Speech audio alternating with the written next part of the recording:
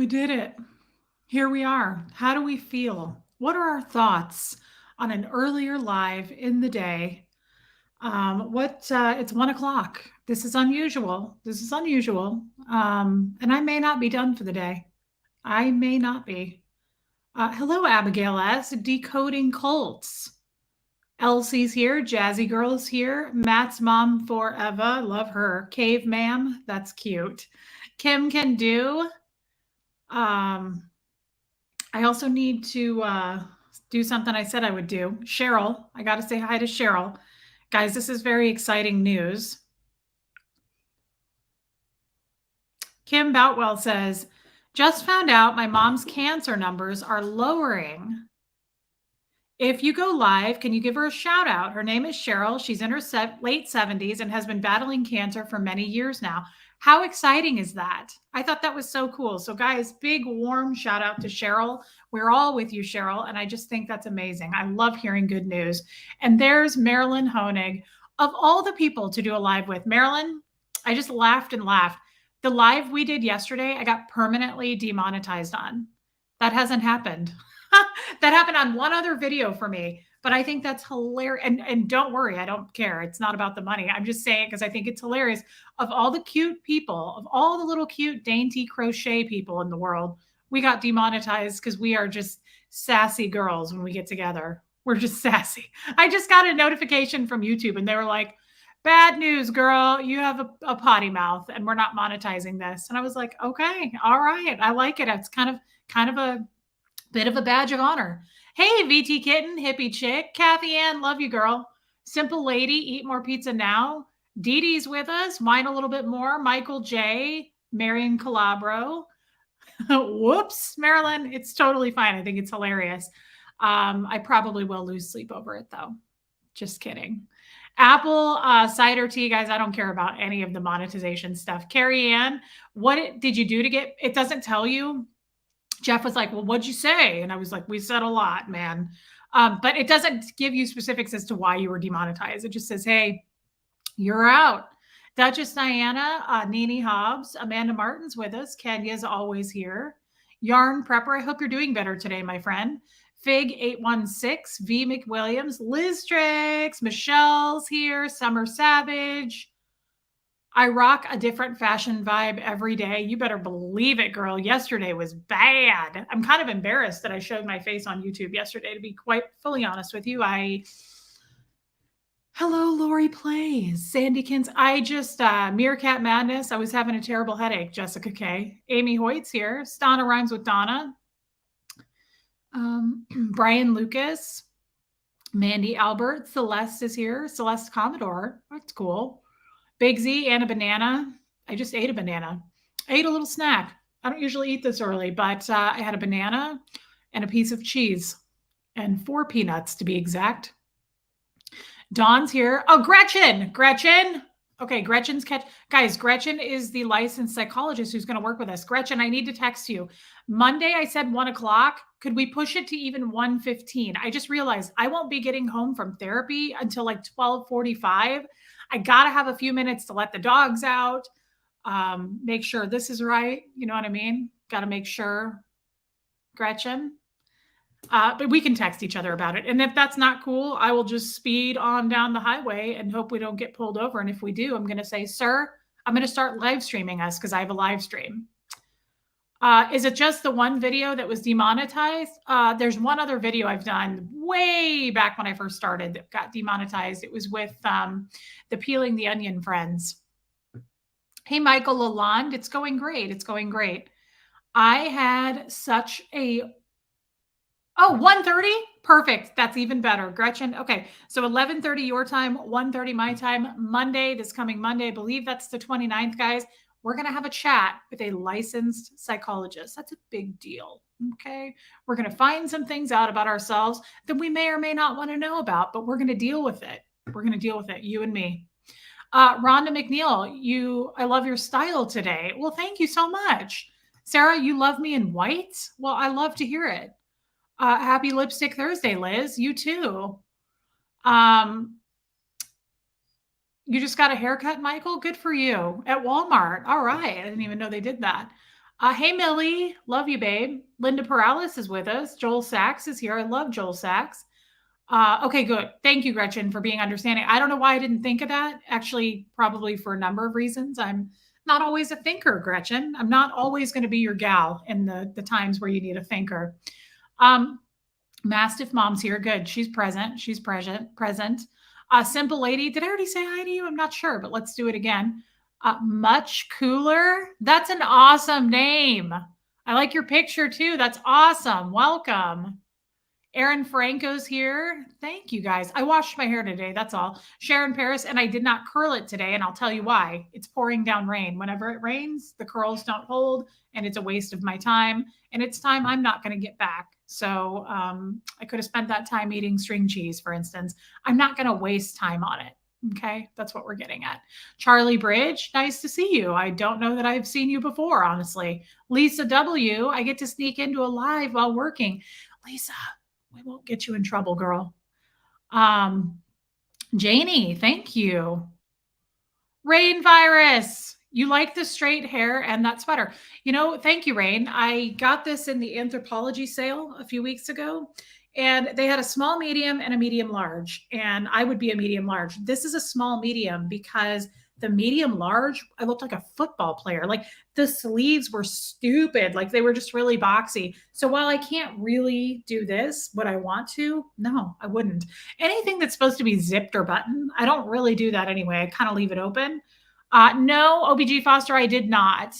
I know a little bit about Tommy. I know a little bit, but not a lot.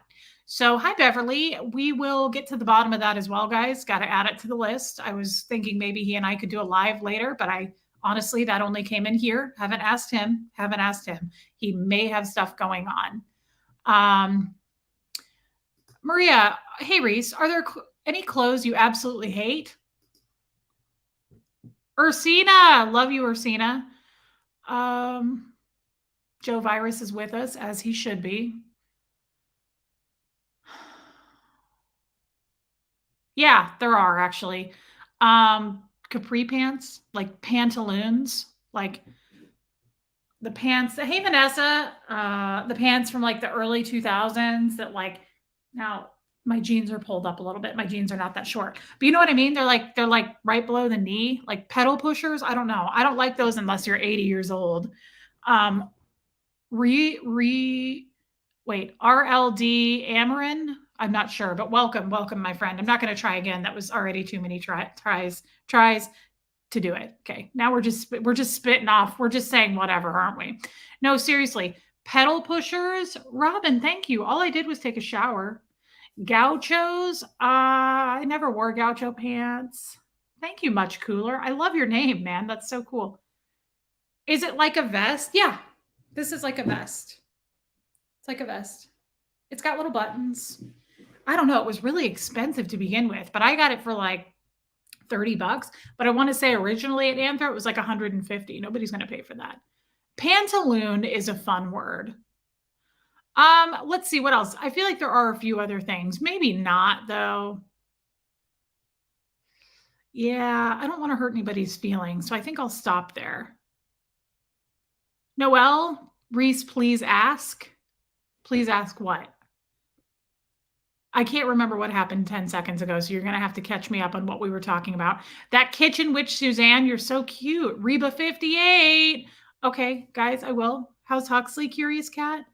You know, I think culottes. Yeah, Gretchen, definitely. You know what I was thinking? I don't like, I'm sorry if this hurts anybody's feelings, but I don't like LuLaRoe. Okay. So I don't like I love leggings. Love leggings. My favorite leggings are my Spanx faux leather leggings. I wear those a lot. I also just love a black legging with the right top. But I don't like leggings that have prints and images all over them. Marilyn, I don't like skirts, but I wear capris because I have long legs. Well, that's a. I hope that's Jeff watching something. I just heard like a baby crying or the cat crying. Marilyn, I'm not again. It depends on the capri, I guess, girl. It just depends. It just depends. Oh, ask Tommy. I will. Noel, I will ask him. I will send him a text. Um, Thank you, Robin V. So yeah, LuLaRoe. Yeah. Nothing. And you know, the other thing, I see them at the thrift stores all the time. The LuLaRoe stuff, like the long dress, like half dress things, and they're shapeless and they're really not flattering on anybody. Those long t-shirt dresses are not, I don't find those to be flattering on really any body type. Wow, Andra, Wise, you made a live. I'm so happy you're here. Yeah, I like leggings. It just depends on the top. I know Kristen Knox, but you know, being on YouTube, you can get eaten alive real fast.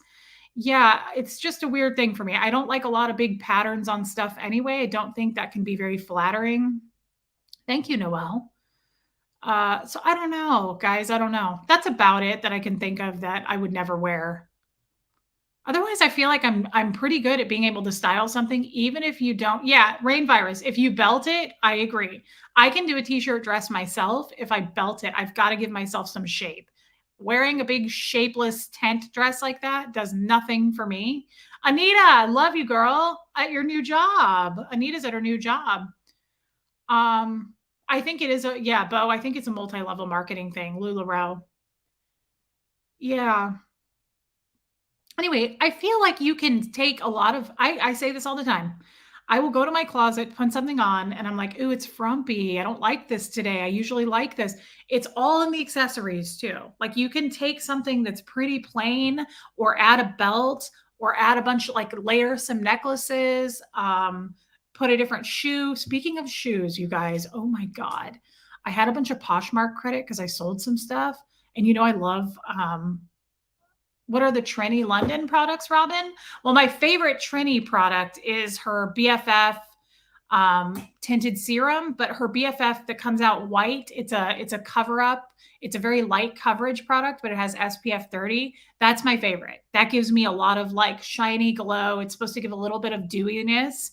And then right now I'm also wearing her lip to cheek, and then I have her just a light or whatever highlighter on. Anyway, I got some really fun. You guys know I love Golden Goose shoes. I know it's ridiculous. I know it's a problem. I get them cheaper on Poshmark. I don't buy them from a Golden Goose store. I want to go to a Golden Goose store. M Vogue. My husband who died always said to me, I'm rooting for you and I'm on your side. So one of my arms says that and the other one says that. And then his name was Fred. So I just had that done, what, guys, a couple months ago. Hi, Mandy. And then I have one of him and his handwriting. Thank you for asking. Yeah, look at how cute these are. I know they're crazy. You guys are going to say they're crazy, but I love to wear this kind of stuff in the summer with caftan. Like I know it's crazy before we go into this. And I know you're all going to say, love you too, M Vogue. I know you're going to be like, Reese, really? No, I can style these. Now, this style I don't have as much of because the high tops are harder to wear with short legs, but I'm also kind of starting to wear shorts in the summer. Sometimes I'll do it. I don't think it's brightened up, Anita. I actually think it needs to be retouched. I'm starting to wear shorts in the summer. I'm starting to go, I don't care. I kind of have cute legs, and one day I won't have cute legs. So which ring, Heather? Because I've got 3 on, girl. Amanda, I don't know if I know what you mean. I know these are crazy, but I like crazy shoes. Okay. I have to be honest. Oh my God, that's hilarious. A friend has a tattoo that says your name. That's pretty clever. I like it. I saw a tattoo on a dude at Whole Foods the other day. He was checking us out. Good for you. Amanda, 10 years? No, I didn't know that. That's amazing. Guys, that's a huge accomplishment. Good for you, Amanda. Dang, girl. That's a big deal. Hi, Diana H. I'm weird about showing my legs. I will wear a short dress, which is stupid.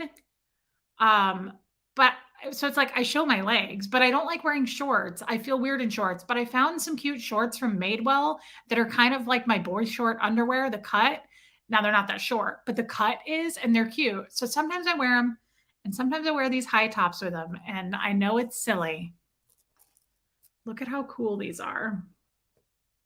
Now, Golden Goose, if you don't know, is made to look worn. So like these are brand new, but do you see all that? Like it's supposed to look that way. See this like on their classic star. I think these are really fun. Now, again, I won't wear these. I bet I'll wear these a total of 4 times through spring and summer. I won't wear them much. They're not my everyday style shoe, but I love glitter. I love all that glitters. And again, not a high top girl, but got these super cheap, already had a big credit, and I had more of a credit because I got another pair. Andra Wise, I would love to be your stylist. I love styling people. I also love, this is the classic Golden Goose. I have several pairs of these. This is the Superstar. They're probably my favorite style out of Golden Goose, but I like glitter. I like this with a caftan. Isn't that fun? Look at all that glitter. Yeah.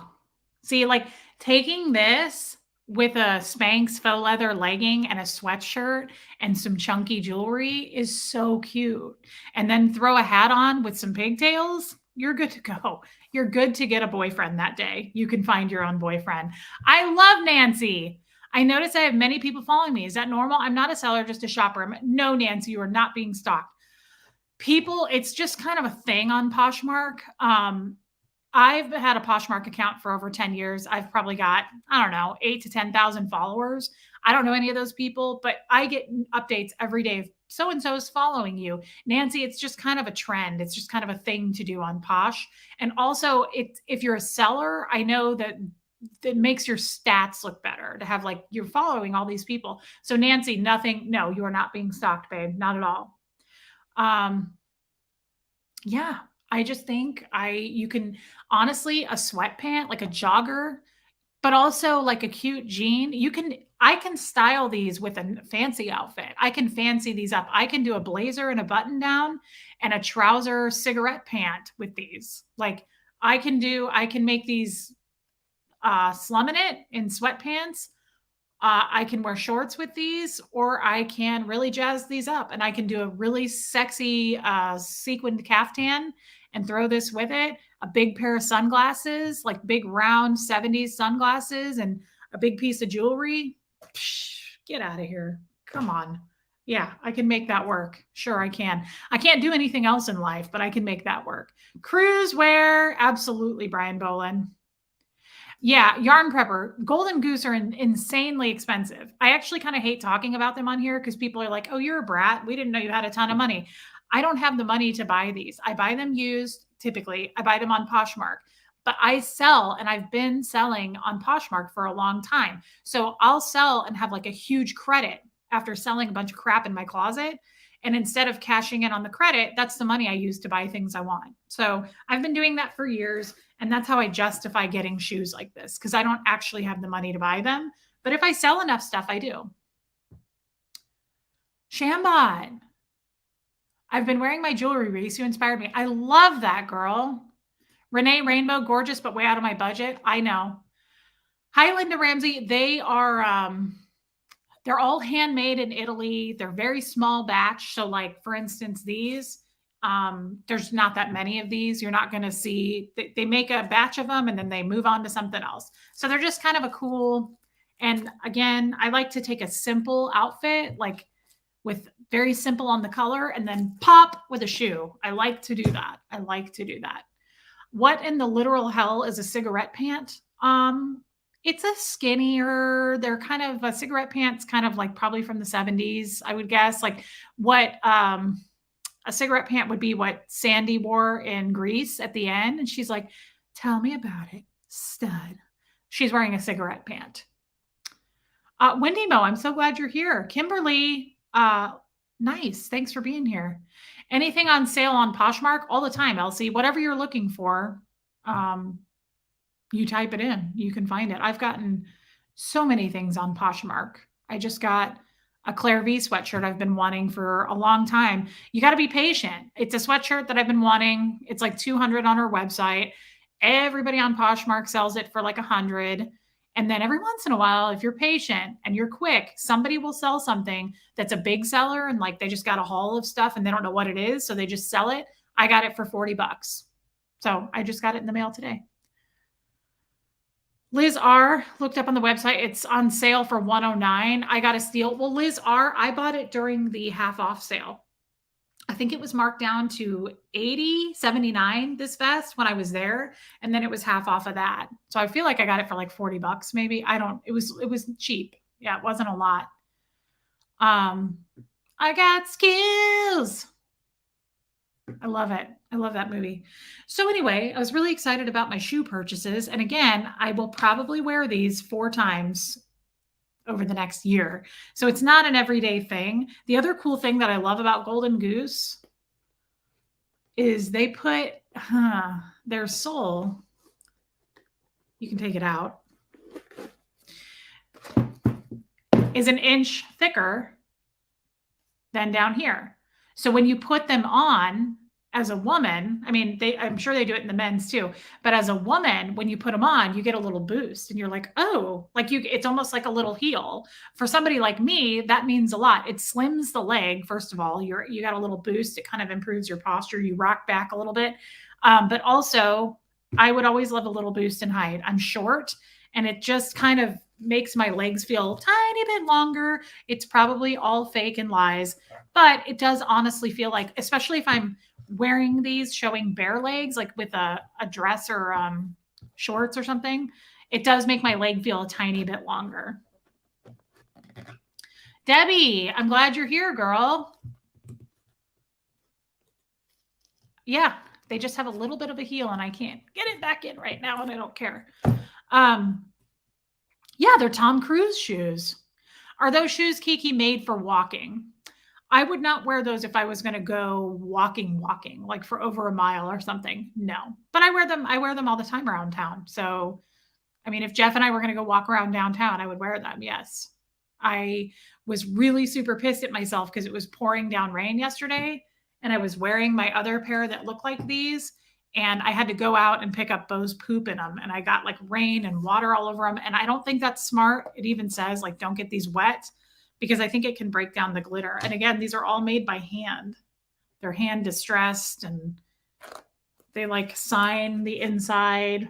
I don't know, whatever. I don't really care, but I just like the look. I'm the last person to care about a brand. You'll never see me carrying, even if I had the money, if I was a billionaire, I would not carry a Louis Vuitton bag. Nothing against people who have Louis Vuittons, but I don't love displaying brands. And it's to me, that's a status thing. Like, look, I have money because I have this bag. It's not original for me. I pick out bags and shoes because I love them and I'm drawn to them.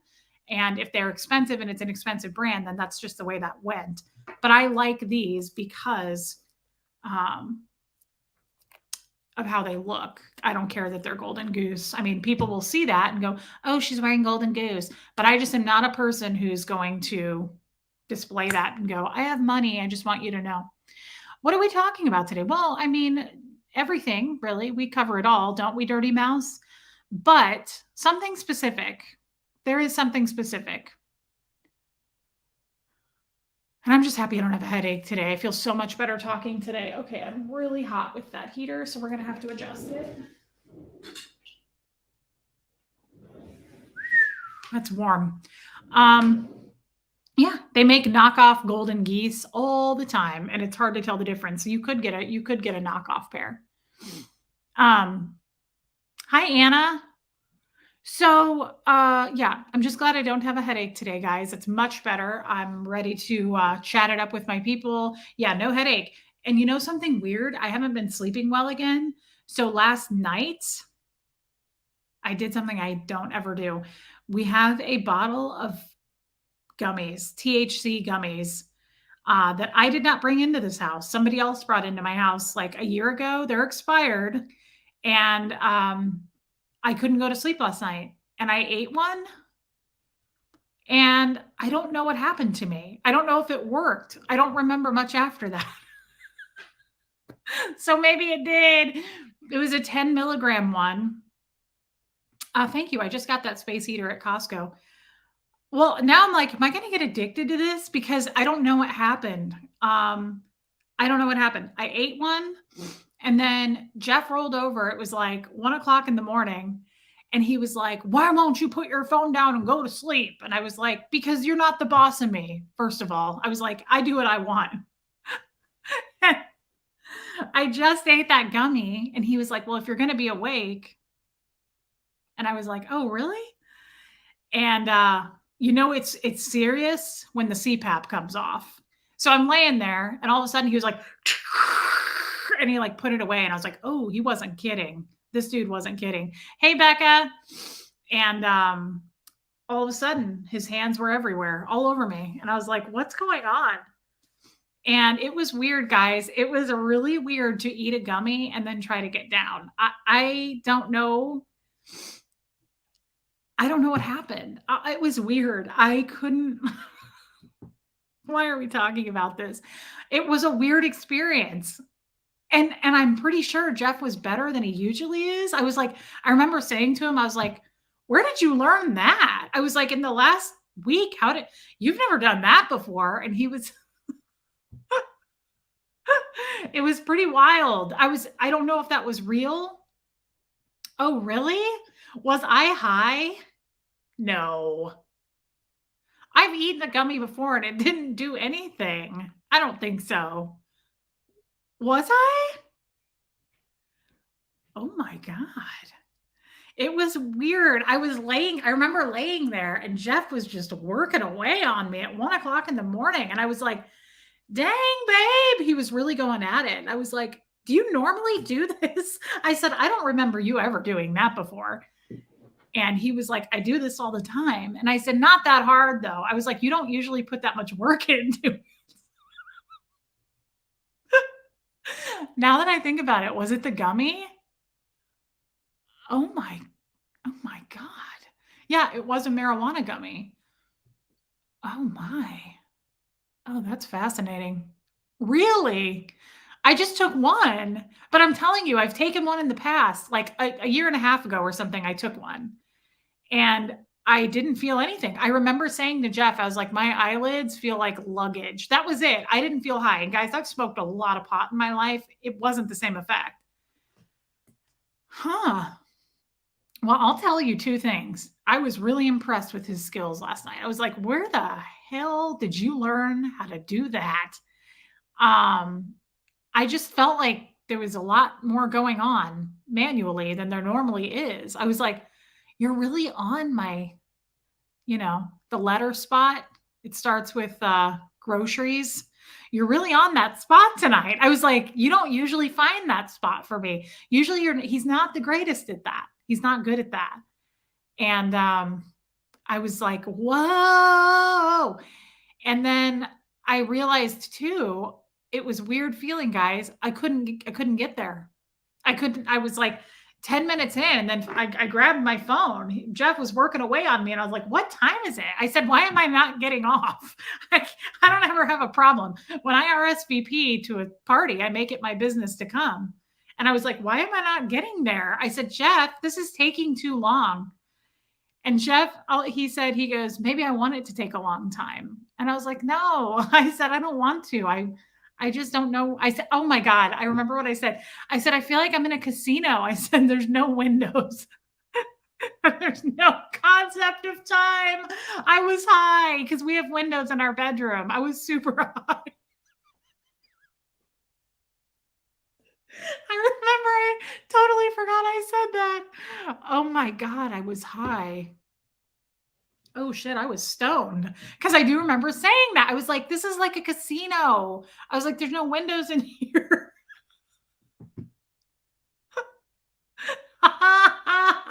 I know Jeff did say that. He goes, "Maybe I want it to take a long time." Oh my God. I want to do it again. Wow, weird. Seriously, I remember thinking, "This doesn't do anything." I was like, "These edible things, shit." Oh, I'm really embarrassed. Oh my God. I was stoned. Oh my. Okay. The inside willy weed. Oh, wow.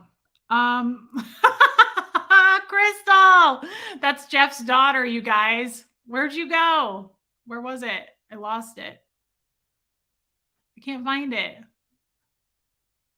I didn't just did I just delete your comment? Oh no. Okay. I may have opened the stream at the wrong time. Oh my God.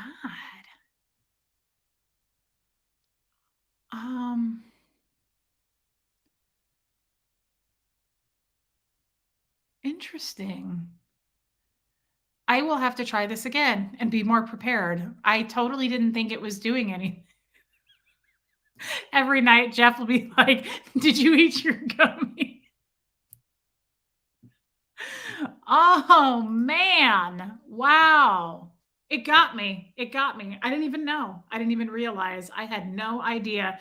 I feel like I was taken advantage of by a gummy. Oh my God. Um, anyway, I finally got there. But once I got there, Crystal's okay. She's handling it. Once I got there, I was like, geez, I was like, that took years. That took so long. Like I say, I'm usually a 10 to 12 minute gal.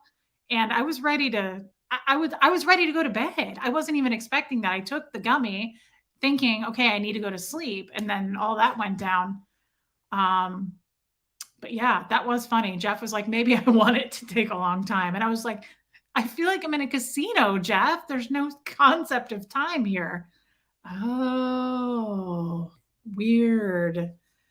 Wow. It's sad that I just discovered that with you guys on YouTube. I didn't think about it though. No, Paula, not a 60-second girl. I did sleep good. Yeah, EA, I did. Much cooler. He already does that. I did fall asleep. That's what I'm saying. I don't remember going to sleep after that. I don't remember anything after that. Honestly, I must have fallen asleep right away because I don't recall anything. Interesting. Huh. Well, maybe I want to try that again. Can I just go buy them here? I know they're legal. I've never bought them before. Somebody brought this bottle into my house. Wow. Yeah, I did. I'm pretty sure I slept really well. I definitely, you know what I'm most happy about? I thought I'm going to wake up with this same headache. No, I didn't wake up groggy at all. But I thought I would wake up with a headache. Do you think the headache helped me? The pot gummy helped me to not have a headache? But did they help with that, I wonder? I got the THC ones. These were THC for sure. Okay, you can get them on the internet. So definitely, should I get the THC one? Yeah, the headache's gone. Huh. Now Amanda's got to write her KR on me, her knowledge report. Oh my God, that was hilarious. Okay. Yeah, we have dispensaries all over the place here. Get something that helps you sleep. They'll fix you up. Ask for something help with sex. They'll hook you up. Really? I don't need anything help with sex, guys. We all know this. Oh, take the empty bottle to the store. Well, this bottle is full. This bottle is very full. Crystal, oh my gosh, Reese, I'm happy to offer advice about edibles anytime you want. Sativa, indica, hybrids, different types of terpenes. Oh, okay, Crystal. Well, you should text me because I've never done this before. Do you guys do it during the day? Surely not. I wouldn't think so. Wow. Take one before your next live. That would be so much fun. Oh my God. I would do that. Aaron takes gummies to sleep. I think it would be so fun for Aaron and I to do a live and take a gummy. Oh my God. I remember that story, Blake, your Delta 8 gummies. Wow. Okay. Well, I think it worked. I think it worked. Sativa is good for daytime, indica for night. Sativa is more of a brain high. Why would you take it during the day though? Are you going to get stuff done? Like I need energy during the day to clean and all that and cook and run errands. Like I would never drive I'm not comfortable doing that. But I think the nighttime is where it's at for me. That was intense. I couldn't believe Jeff was coming at me at 1 o'clock in the morning. That's not usual for him. And when that CPAP came off, I was like, oh, it's real. It's happening. Interesting. Okay. I think it would be really fun. Can we do that on YouTube or would we get in trouble? I think that would be really fun. I wonder if Tommy would do it too. Yeah. Sarah Browett. Yeah, I agree. I don't need them during the day. And what do you even take them for during the day? Just to be chill? Yeah, Raymond.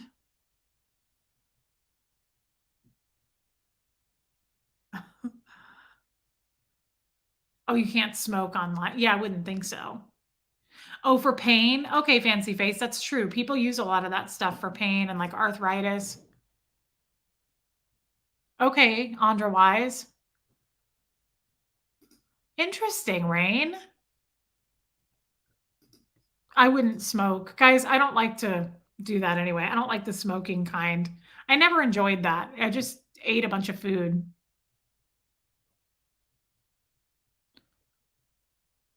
Tommy takes gummies, Dawn. He takes them every night.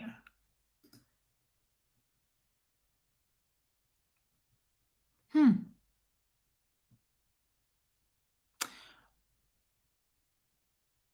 Interesting, guys. That is interesting. Okay, I'm cold again. Let's fix that.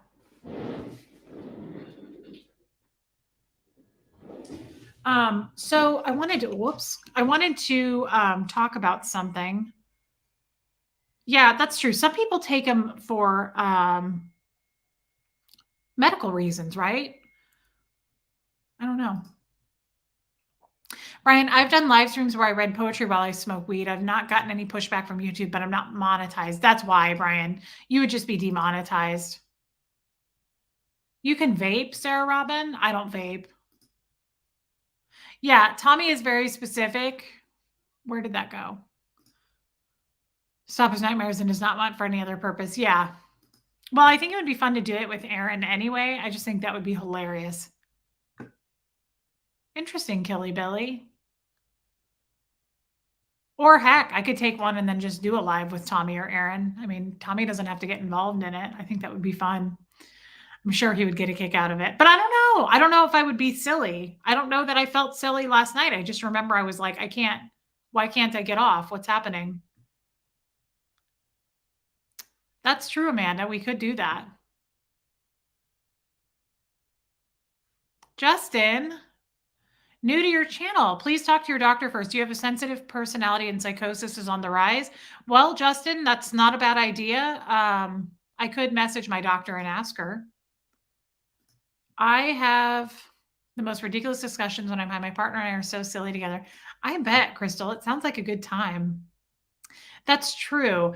Jeff always says that about me drinking. He's like, that most people drink because it releases their inhibitions. And he's like, you don't really have any inhibitions. So I don't know what I would be like if I were drinking. What's my Poshmark ID? Reese0708.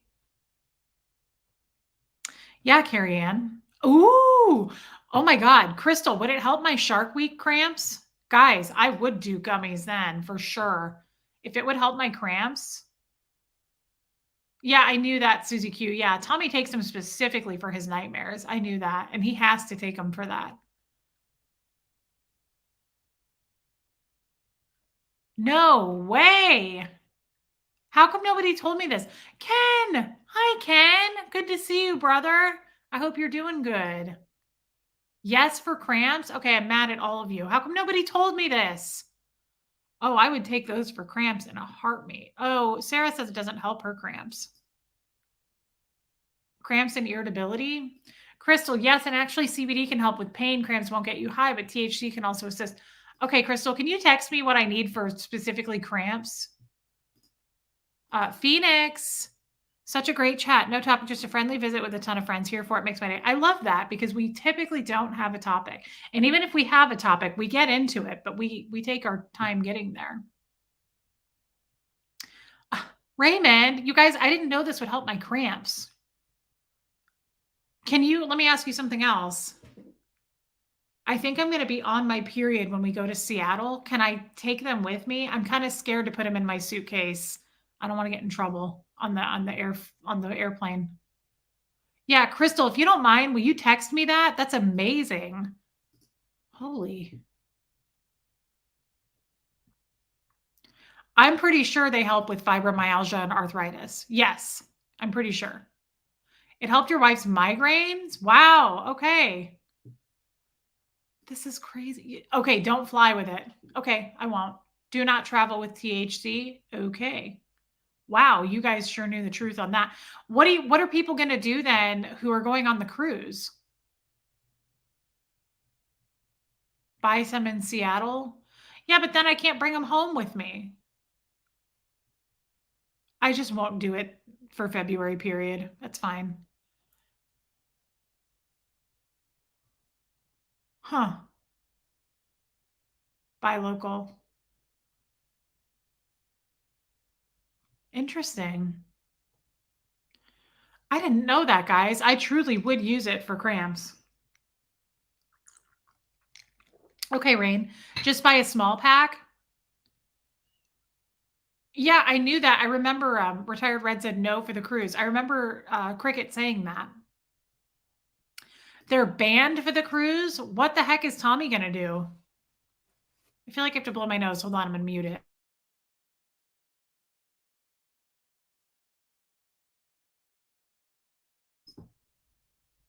Ken, I'm just really happy to see you, my friend. Oh my God, that's why that girl got stuck in Russia? Can you mail them back? I don't know if you can put something like that in the mail. If you put gummies into a real gummy container, they won't know. Yeah, but don't they have dogs to sniff that stuff out? It's not worth it for me.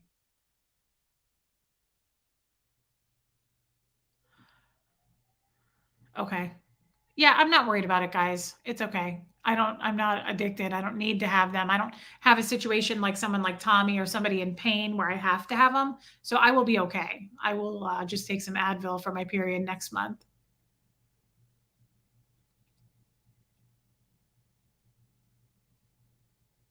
Yeah, I would think the dogs could sniff that out.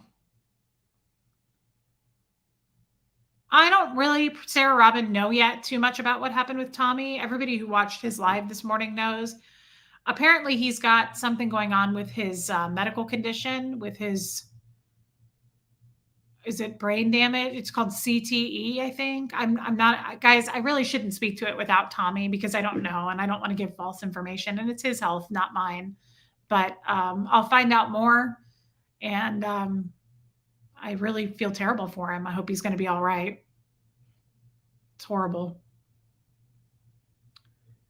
Okay, Tracy, you get him from Seattle all the time. Anyway, guys, I wanted to talk about something that we, okay, Ray. Yeah, Ken Cole. I don't know. I feel like I'm having a little bit of I am having allergy problems. That's why I have contacts in because my eyes were itching so badly. They were really irritated and now I feel a little bit nasally. So yeah, I think we're getting a ton of rain. Um, oh, Curious Cat. That's so nice. I really respect so much you and Tommy's open-hearted conversation the other day. It was very open and I felt much better about it also after talking to him. And I think that he felt much better as well. And that was special. It was very important. I think it needed to be done. And I like what he told me. He said, I don't think it would have happened if I hadn't put you on the spot. And he did put me on the spot. I was mid live and he texted me. And I'm glad he did. I'm glad that he did that. Oh, wow, Killy Billy. Interesting. Oh, mold spores go up in the rain. Well, that's why we're getting so much rain here. And I think that could be why I had such a bad headache yesterday. Have an early morning. Catch you on the replay. Love you. Good night. Good night, Decoding Colts. So anyway, yesterday I had such a good chat. Yeah, I did feel better after. It takes so much courage to be open, let alone in front of thousands. Love you both so much. Thank you, Curious Cat. That's really sweet of you. It was I'm made for conversations like that. And I'll do it in front of anybody in any public. I really enjoy not talking about small talk stuff. I like talking about things that are healing, even if it's hard to get through it, to get to the end of it. Thank you, Mariana. It's at the store, this heart ring. Speaking of the store, guys, I don't think so, Ken Cole. I will be on tomorrow. I hope it's okay with you guys. I'm going to live stream tomorrow morning at 9 from the store to do a live and show all the new stuff that came in this week. I just don't want to step on toes doing that. I know that's not what my channel's about.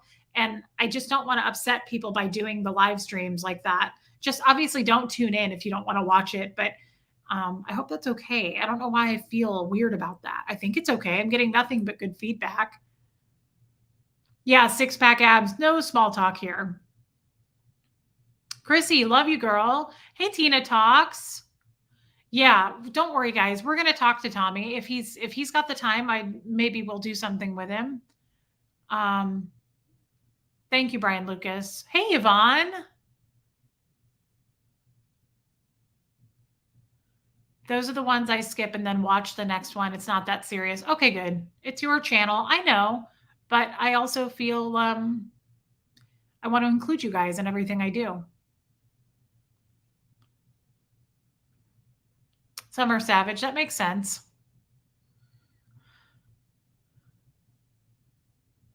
Yeah, I agree, Ursina. Yeah, Abigail, I get it. Tracy can't wait. That's cute. As soon as I found out about Tommy, I thought of you. I'm sorry, dude. It's groovy. I was dying to see it. Anyway, do you do vintage? I love vintage everything. Yes.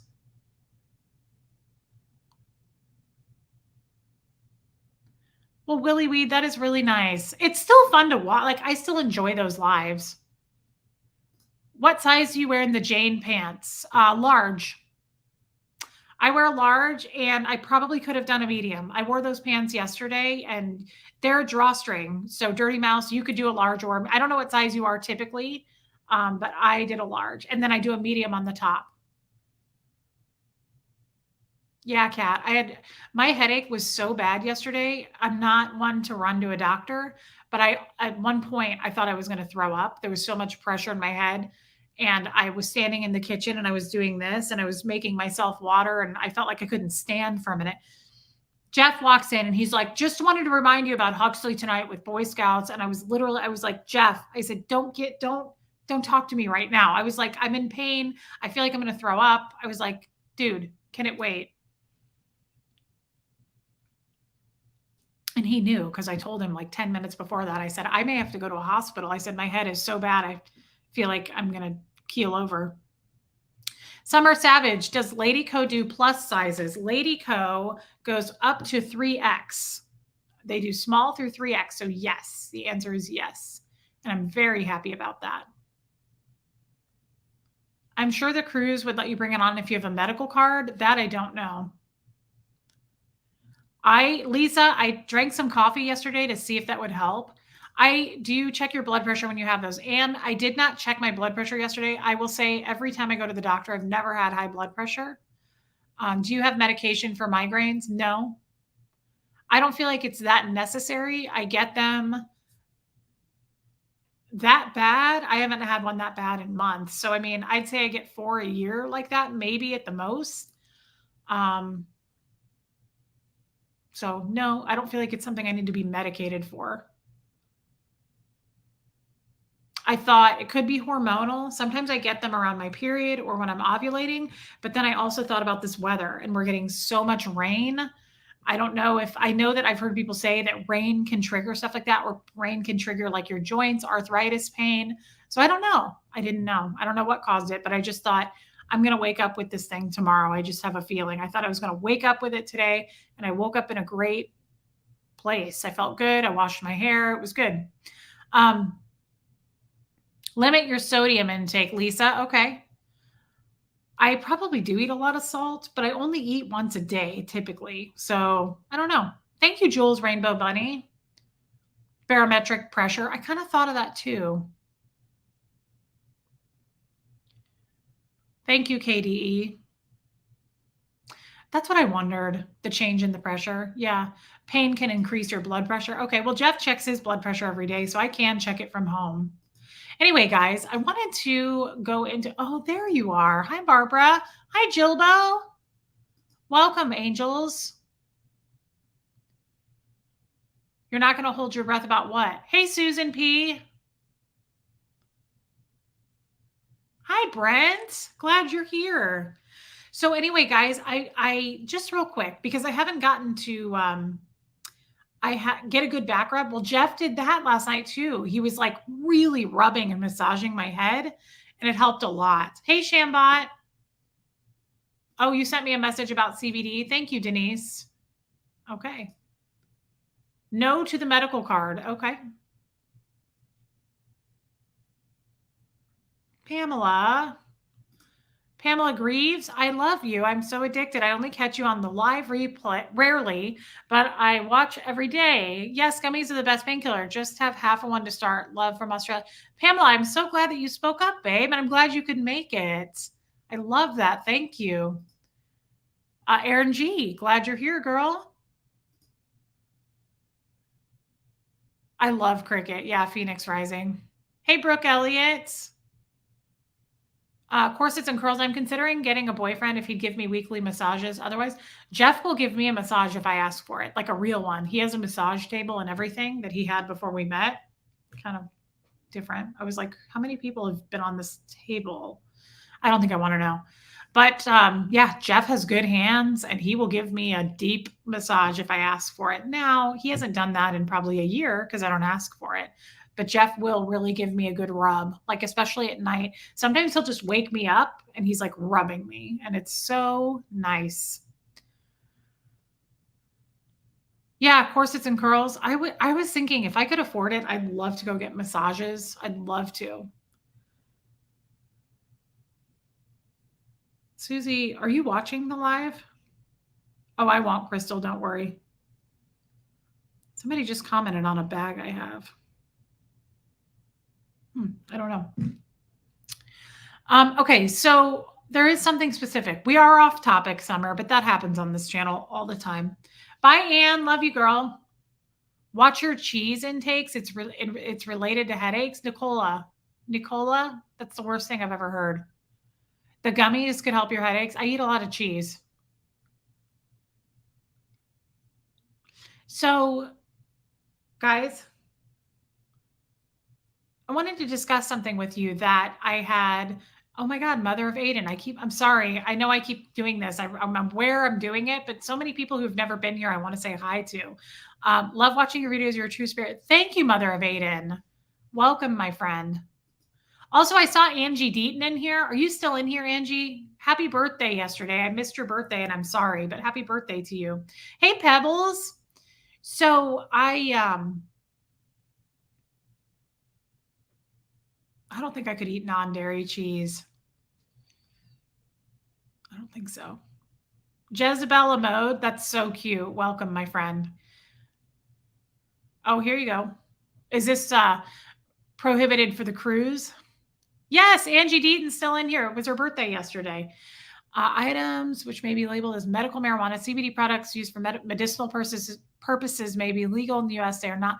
Okay, that sucks for people who need to bring that. Hey, Lydia Krause. Yeah, Sarah Robin, I have had some vegan cheeses that aren't bad. So my therapy on Monday, we talked about this a little bit with Marilyn yesterday, but I kind of wanted to touch on it a little more. Hey, Sheila Byers, welcome. Where were we yesterday? How many people watched that, by the way? Like, I hate to repeat myself, but I wanted to go a little deeper about it. I wanted to discuss that with you guys. And somebody asked me a question yesterday that I had never thought of. And it kind of tied back to Scientology, all of this. Hey, Kim Greenleaf. I couldn't figure out what to title this video today. I was going to title it something like, it all ties back to Scientology, but it's kind of, wow. Hi, Reese, Lion Eddie. What a cute name. That's adorable. It all kind of ties back to Scientology. Okay, Ursina, thank you for that. Ursina is a oncologist, so she knows good stuff, guys. Ursina just posted that. Okay, Asen, I will repeat myself. Not all cheese includes histamine, which you can try to avoid release. Okay. Thank you, Ursina. She's so smart. That is so cute. I was listening to you last night, and my boyfriend walks into the house, and the first thing out of his mouth was Reese. Jody, that's so cute. So that sounds weird, Willy Weed. I may have to stop reading the chat for a minute because I kind of want to go into this space, what we were talking about yesterday. So forgive me if I don't answer you for a minute, but I want to be able to focus and say what I want to say. Somebody asked me something yesterday that was not that big of a deal question, but I've been thinking about it since they asked me. And I've been thinking about what we talked about and how that tied in with it. So hear me out. Thank you, Angie Mo. Thank you, Ursina. Um,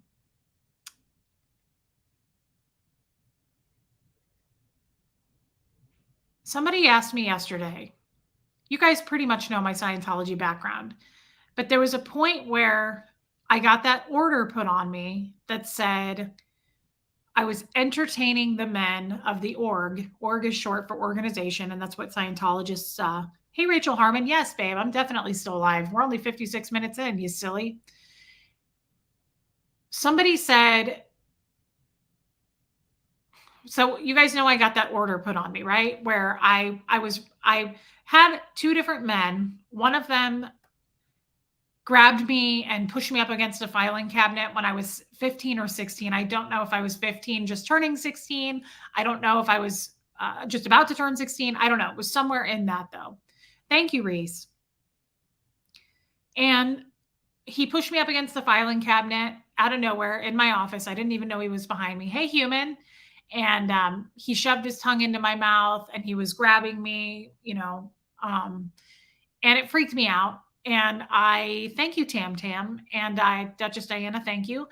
I wrote the guy up, and I got in trouble for that. I got in trouble big time for that. And previous to that guy doing that, I think about, I don't know, it's hard to know, but I would say within about a 3-month gap of that time. So like somewhere in the previous 3 months, we had a guy, we had a party at our house, the house I was staying at. And Dan was there, and all, the younger Scientologists came on a Friday night. And Dan spent the night at the house. A lot of people spent the night. It was Friday. And one of the guys that spent the night was a Scientology public, and he was 31 or 32. His name was Stefan. And he and I slept on the floor. There was a bunch of people there. And Stefan and I started kissing. And don't forget, guys, I had a boyfriend. I had a boyfriend that was 24. We were kind of rocky at that point. Toward the end of my being there, we were kind of more off and on. We weren't as connected. But Stefan, we were on the floor. We started kissing. And Stefan at this point was the only other guy I'd ever kissed or anything, because I had my boyfriend Shane. And Stefan grabbed my hand and he put it on his peen, his wanker. And we didn't do anything else. That was it. But he had me like hold on to it for a minute. I was not comfortable. I mean, even though I had sex with Shane, my longtime boyfriend at this point, that was the only person I'd ever done anything with. So it was not like, I've been to the rodeo and I know what I'm doing and I'm comfortable with this. Anyway, I'm not trying to drag this out. But the next morning, I did not report that. Dan O'Connor woke up in the house the next morning to go to post, just like I did, and he saw Stefan and I sleeping next to each other. Dan went into the org first and raised hell. He wrote me up, and by the time I got there, he had a person set up with an e-meter to do a check on me, to security check me. And I was in big trouble by the time I got there. So I sat down at the meter, and I'm used to getting in trouble, right? So I'm holding the cans, and Dan's standing over the metered person, and they're just like pissed, and they're getting my basically side of what happened. And hey, Lisa Kelson. And I like I say, I'm used to this. I knew I was going to be in big trouble. And I was in big trouble. I got screamed at, yelled at. I was told, hi, Kim Sharp. I was told, you're on thin ice here. You're screwing around, you're doing stuff you shouldn't be doing, you're bringing down the statistics of the org, because of you, people aren't getting help. Okay, great. So I got written up and I got in trouble. I got put into lower conditions for that. So I spent about a month to 2 months sweeping, dusting, cleaning toilets, just being the scum of the earth when you are. And I had been in lower conditions 100 times. So this was nothing new for me. You just wear crappy clothes and you work about 16 to 18 hours a day doing cleaning and being a servant. So I did that. I did my time. And I would say about 3 months later, I came out of lower conditions and I'm back in my job, in my post. And thank you, Kim Sharp. Legal age of consent in Missouri is 17. Okay, well, I wasn't 17. So about 3 months later, I'm back at my job.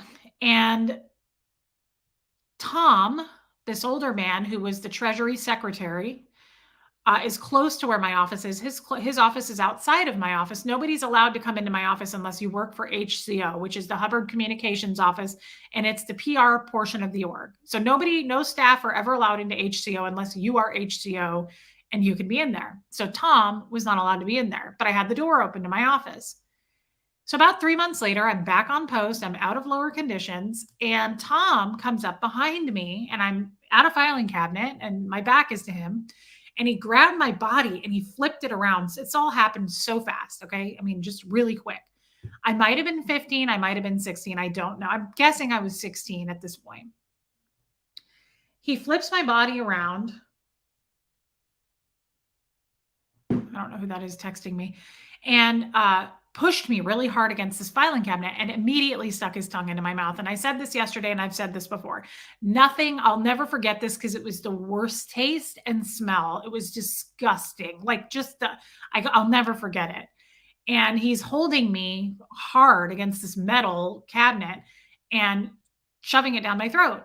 Well, at the same time, he takes a hand and he's going up and down my body. And I remember trying to I couldn't breathe. I was shaking. I was like, I was really freaked out. I mean, it was just out of nowhere. I'd known this guy for years. This wasn't like a stranger. Yes, it was, Amanda. It was. And I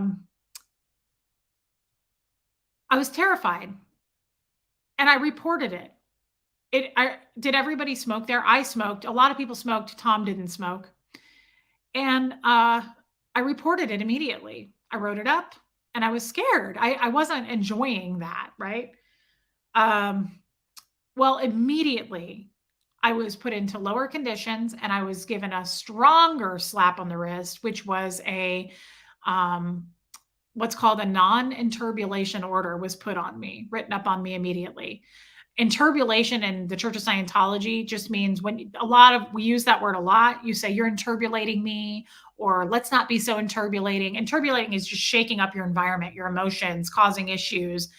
It's all bad. It's all counterproductive. Interbulation is just mess. It's nothing but a mess. So I immediately I've never had a non-interbulation order written on me. That's a pretty steep step. And in this order, they said that I am lowering the ability to allow people to go clear on planet Earth.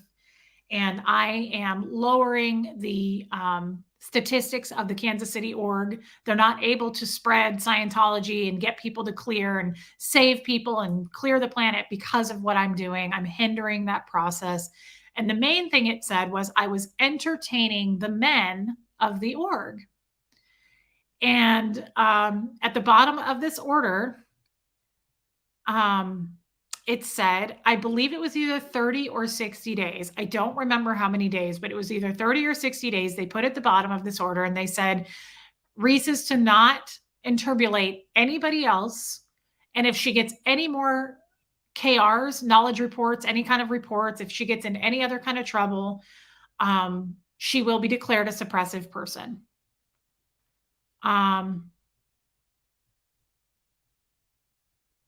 I'm sorry that this is making you so sad, Reese. So I was the one that got in trouble for that. Tom didn't get in trouble for that. And it was then on that things really went downhill. I was very upset about that. I did not expect that kind of blowback. I thought, I reported this. Why am I the one getting in trouble? And then not far after that was the day that I didn't send a telex correctly for Dan. And Dan came into HCO where he wasn't supposed to come. And he was so angry and he started choking me. He hit me with the fax machine. I fell to the ground. He got on top of my body and he started choking me and he hit me across the face and I couldn't breathe. And I mean, I really couldn't breathe. Dan was a large man on top of me, and I was 16 at this point. I was 16. And I hate to go through all this story again. I'm just, it's part of what I'm trying to say, guys. So I apologize for telling you this story. I know everybody's heard it. I need a drink.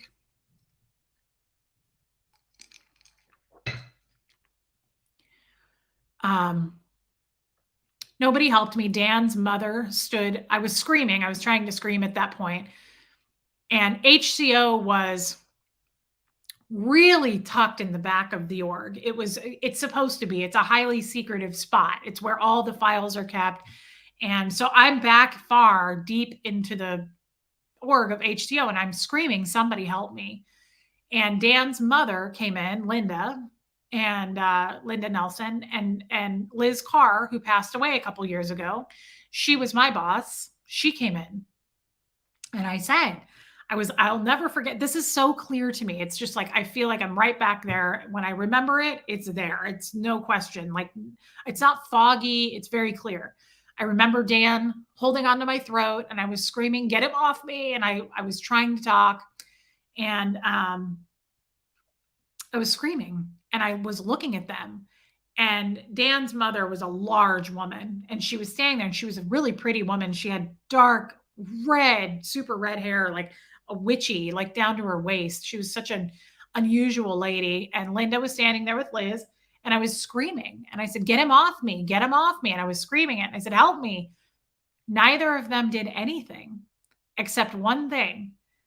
Linda Nelson, Dan's mother, she kind of nudged Liz and she said, look at her. And she went, she's fucking out to lunch. She just screamed, she's fucking out to lunch. That's all she said. And she was like that anyway. I would have never expected her to help me. If I was on fire, she wouldn't have put it out. Like, that woman was so evil. She was the meanest person in the Kansas City org. The meanest by far. I'd never seen anybody throw things as much as her. She threw chairs at my mother-in-law, Brenda, all the time. Now, Brenda wasn't my mother-in-law when I was on staff, but I've known Brenda for that long. And I remember her, she'd pick up the academy. The academy is where you study on course. So she'd pick up the academy chairs, these big metal chairs, and she'd just chuck them at Brenda. She'd throw them at her. And she was evil. That woman was mean. So that's what she said. Dan ended up getting off of me. I could not compose myself at all. I'll never forget. He got up, he didn't say anything, and he walked out and he was all out of breath and he was all red. Dan was bald. His whole head was all red and he was angry. And he walked out and I slammed that door shut and I locked it. And I remember I could not, like, I just felt like I was back in my ice cube. And I called my dad. This ties in, I promise. I'm just kind of telling the rest of the story now because I feel like if I stop, people are going to go, wait, what? I called my dad and I'll never forget the conversation because he went, hey, like he picked up the phone because I called my dad pretty regularly. And I called my dad and hold on, guys. One of my mods is texting me. Okay.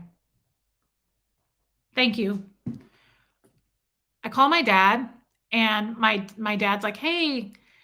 And I remember going, you know, when you cry, like a child does that. I don't really do that now, but when you're so traumatized by something, I would say the word is that you, I remember I was crying like that. I couldn't get the words out. I was like trying to communicate and I couldn't talk.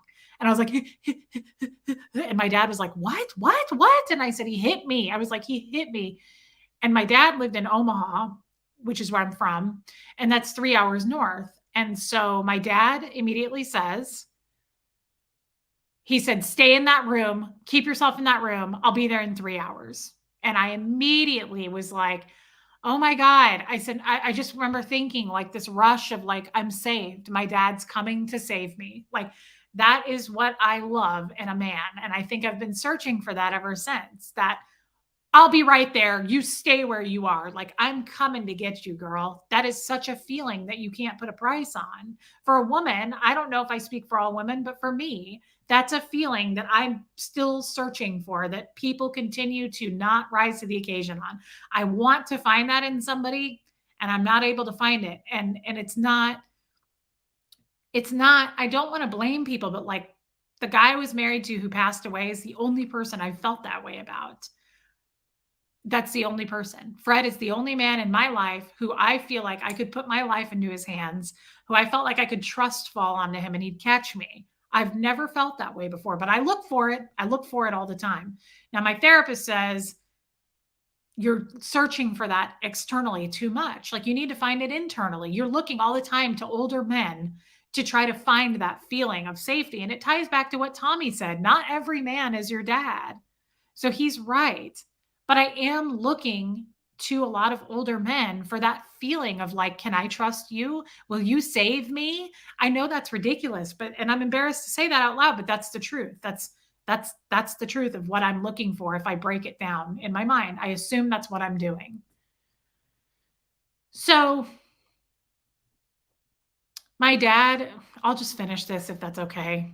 I know most of you know this story, and is it worth even retelling? I don't know. I didn't mean to tell this story today. I really wasn't planning to, but it just came out that way, I guess.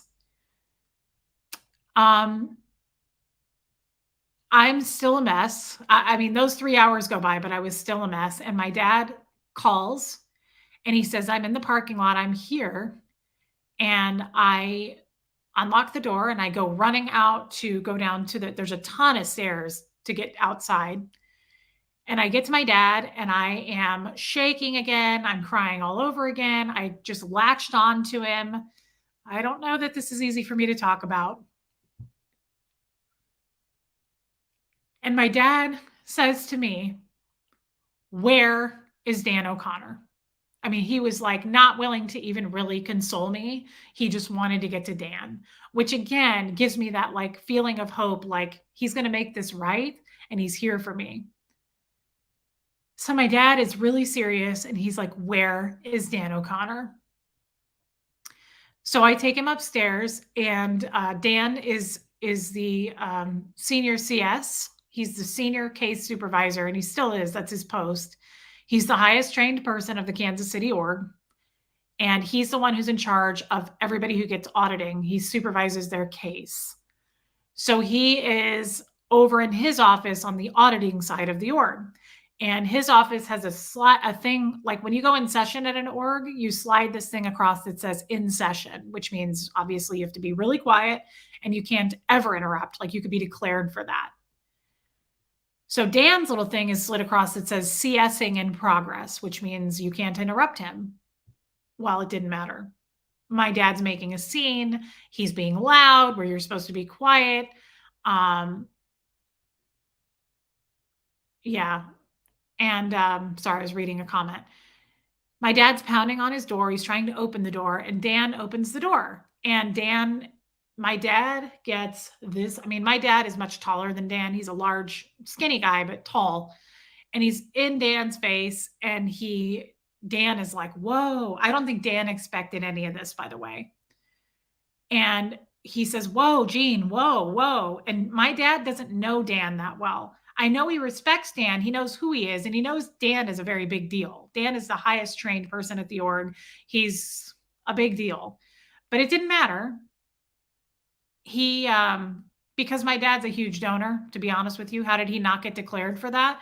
Because my dad is safe. He's donated millions of dollars. They turn the other way on that. So he gets in Dan's face and he says, "What did you do to my daughter?" And he says, "Show me what you did." And I'll never forget, my dad goes, "Hit me." He said, "Hit me like you hit her. Show me what you did to her." And again, I'm just like racing. All these emotions are going, and I'm just thinking like, again, all I can think about is I'm saved. I'm saved. I'm saved. And he says, hit me, show me what you did. And he's not letting Dan really even talk. Now, I've not really seen my dad be confrontational like that before. I will say, I can think of times where my dad wasn't a wuss. Like he would have probably fought with anybody, but he wasn't a fighter. You know what I mean? He wouldn't instigate that, but he was a pool hustler, and I'm sure he's seen some shit in his time. And anyway, I was surprised though that he really rose to that occasion. So he's in Dan's face, and Dan's like, "Whoa, Gene, I'm not going to hit you. You know, take a step back. Kind of, do you know who you're talking to? Kind of a thing." And my dad's not chilling out, and he points to the ethics book. I can't remember if he actually got the physical ethics book out, but he points to the ethics book and he says, "I was following policy on what I did with your daughter." And he says, LRH says in HCO policy letter knowledge reports, LRH gives a guy a black eye to put in ethics. And that's what Dan's explanation was. Hey, Joe Banks. And that was it. And Maggie, at that point, Maggie Kittinger, who is the executive director of the org, she comes in, and she's a good friend of my dad's. She's known my dad since the 70s. Thank you, Tiny URL. And she gets my dad to chill out. And she's like, "Gene, calm down. Gene, calm down." And he sits in a chair, and Liz Carr comes in, and she's standing there, and she knows my dad real well. And they're both standing there, and I'm standing there. And I think Dan might have been further away at that point. I think he was trying to stay away from my dad. Anyway, Maggie says, "Tell your dad what you did and why you caused all this. This is your fault, and you pulled it in. So tell your dad what you did." This is the guts of Scientology. I want you guys to understand this. This is what Scientology's main place in this world is for. If you're a seasoned Scientologist, it is all about being here on planet Earth is actually supposed to be a prison planet. It's the dumping planet. It's what they call other planets. According to L. Ron Hubbard, Earth is called hell, the dumping planet, according to all the other planets. So I want to narrow that down to the reason we're here is because we all pulled that in. Like, it's all about what did you do, whether it's in your own little tiny life or what did you do to pull in, come into the hell dumping planet. It's all about what you did. So she says, "Tell your dad what you did." And she said, "Gene, this is all because of her. This has nothing to do with Dan." She's like, "This has nothing to do with anybody. She's causing so many problems in this org." And I said, "What did I do?" And she said, "You know what you did?" And she said, "She has a non-interbulation order on her. And she's entertaining the men of this org, and it's bringing down our statistics, and it's causing all kinds of problems for the men." And my dad says, "Is that true? Did you?" I mean, he just looks at me with just utter disappointment. And he goes, "Is that true?" And I said, "It's true that I have a non-interbulation order. Yes." But I said, "Dad, I didn't do that. I didn't do that." I said, "I reported it, and this is what came of it, but I didn't actually do it." And he just is doing this, and he got up, and it all happened like, I don't know, in a matter of minutes. It was just over. And he went to leave, and that was it. And he went to I remember following him, and I was like, no, I mean, I just remember my heart sinking lower and lower. I just thought, I went from like, I was all the way up at the top of my dad's here to save me. I'm being saved. And like in a matter of 15 to 20 minutes, it all crashed. And he got to the top of the stairs, and he turned around, and I was like, "Is he going to talk?" I remember I was like, "Dad, wait." I said, "Dad." And he finally turned around, and I'll never forget him, just like where he stood and the place at the top of those marble stairs, and just his face. And I remember where I was standing, and the plant next to him, and the hand railing he was holding on to. And he said, "I am not your father ever again." He said, "Don't ever call me." He said, "I'm disconnecting from you."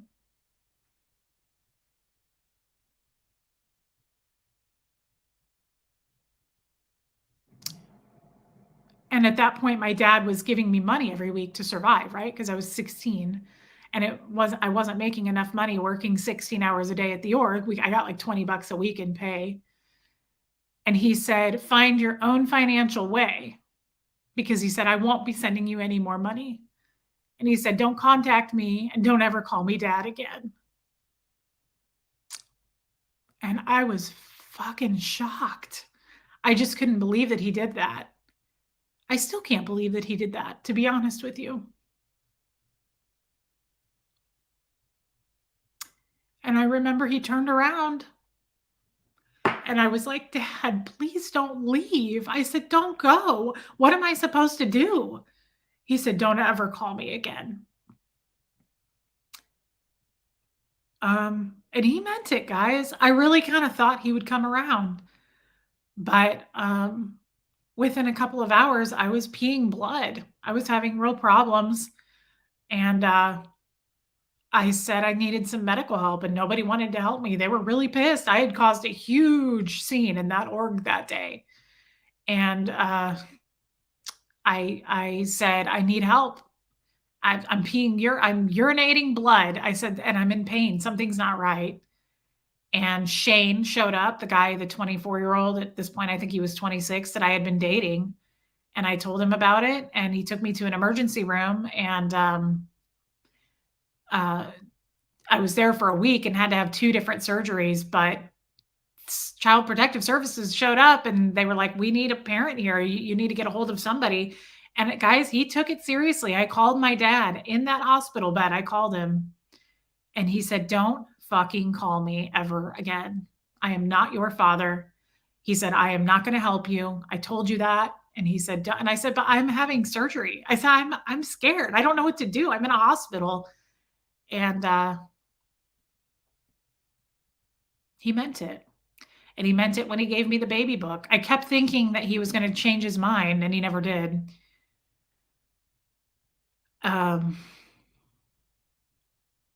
Yeah. Sorry I told that story, but the purpose of telling that story, there's a big purpose to telling that story. Maybe I should tell that story again sometime, because I'm going to therapy now every week, and I have real problems with, I give up on everything really fast. One, that's a big problem that I'm recognizing. I give up on things. Jeff gets really, really mad at me because I will go, okay, I care. I don't care. I don't care. I don't want to do this. Like, I just give up. And he's like, that's because you're a Scientologist. That's your Scientology talking. And I've never really delved into that much. But somebody asked me yesterday, and again, it was a question that didn't seem like it would have that much of an answer. And it made me think about it for a long time. After the live yesterday, somebody asked me, how did you get the surgery if he wouldn't sign? I got my medical records from that hospital a few months ago. And he apparently he gave okay over the phone with the physician who was going to do the surgery. I saw a note handwritten from the physician in my notes that said, got okay from the father. He's in Omaha to proceed with the surgery. I didn't know all that because my dad wouldn't talk to me. So I found that out. But the question that somebody asked me yesterday was, when you got that non-interpolation order put on you, did you think that it was wrong? Did you think that you had done wrong? Did you think that, thank you, Nancy. Thank you, Nancy Stitchin. I love you, lady. Somebody said, did you think that you were wrong? Did you feel that they were correct in putting that order on you? And I said, yes, because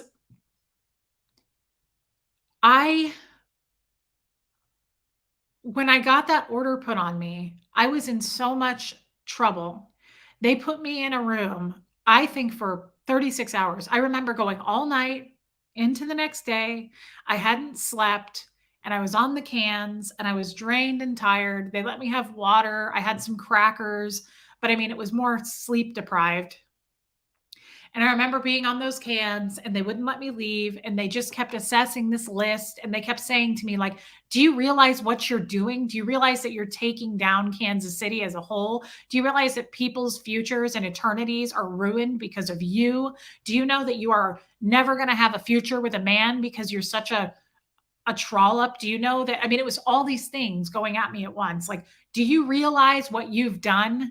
Do you understand the order of magnitude, the impact of what you've done? We were going to make $50,000 last week with our gross income, but it dive bombed. Our statistics are dive bombing because of what you did with that guy in that room with the filing cabinet. So I never went back and thought about that. But I remember that. And I remember being on those cans at 16, and Dan would come in and people would come in and out. And the person interviewing me was yelling at me. And people kept coming in and out to take turns going, "You're a piece of shit. Do you know what you did? Do you know what you've done?" So that question really set something off for me because I kind of forgot about all of that. But when somebody said, "Did you believe them when they put that order on you?" At that point, yes. And I think that goes back to why I give up. I think it makes sense why a lot of Scientologists, possibly, I can't speak for the rest, but why a lot of them just go, I give, yeah, you win, whatever. You know what I mean? So then, of course, I'm 16. I'm not like in my 40s where I feel like I wish I had joined Scientology as an adult, like some people do, which I don't understand how you would do that. But being born into it, I think is harder because I just didn't know any other way. I didn't know any other direction. And so that combined with my dad leaving in a matter of, I don't know, a week or two difference, combined with the surgery, combined with then I left and started doing meth like a month later. Never took a freaking cough drop in my life. But then I start smoking meth for 2 years, and it goes worse from there. It just goes on and on. I use sex to validate myself after that. I do all kinds of things looking to fill a void. So I haven't ever thought about it from this viewpoint, and I think it's worth talking about because I'm looking at it a little differently now. I sit down with my therapist on Monday and I talk about the giving up part. And I talk about like every job I've ever had, anything, guys, a job, a marriage, anything. If it's too hard or if it gets too much pressure on me, I'm like, I don't care. You get whatever you want, take whatever you want. I give up.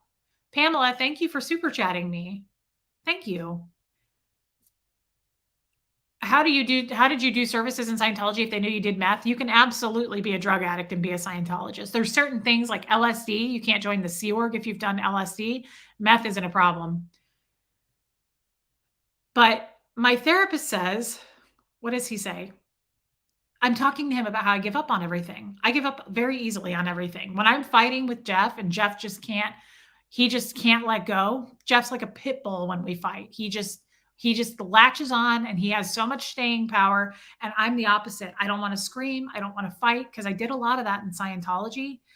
And I'm just very like, here, take this and go get a divorce lawyer and let's move on. That's what I do every time. I'm like, this is too much for me. I don't want to do this anymore. And he gets real mad at me. Thank you, Shell the Flamingo, for your super sticker. Jeff gets really pissed and he goes, "You're being a fucking Scientologist, just like you always are. It's your old ways. This is all you know. You just give up." And it's like, that doesn't help either. Because I don't want to be told I'm being a Scientologist. I'm trying to kind of unpeel that stuff off of me, get the Scientology slime off of me. So that gets hard too. And that's a whole other separate thing. But I'm talking to my therapist about this, and he says, you do give up. He's like, you won't fight for anything. And I said, I can't think of a time in my life where I've fought for anything. I've never been passionate about something ever where I'm like, no, we have to win. Like, we have to get this right. This has to be done right. I am the opposite. I'm like, take it and go. I don't care. I think that's why I'm not money motivated. Like, I see people who are power hungry and like they'll fuck their way to get to the top, or they'll steal from people, or they'll, some people do really crazy things to get in money positions. Not saying everybody does that. I'm just saying, like, I don't care about anything. You can't get me to care about anything. I just like what I like. I like my little house. I like my family. I like my son. But like, I'm not passionate about anything because I just give up. So here's the thing. My therapist and I are talking about that. And he says, you do, you do.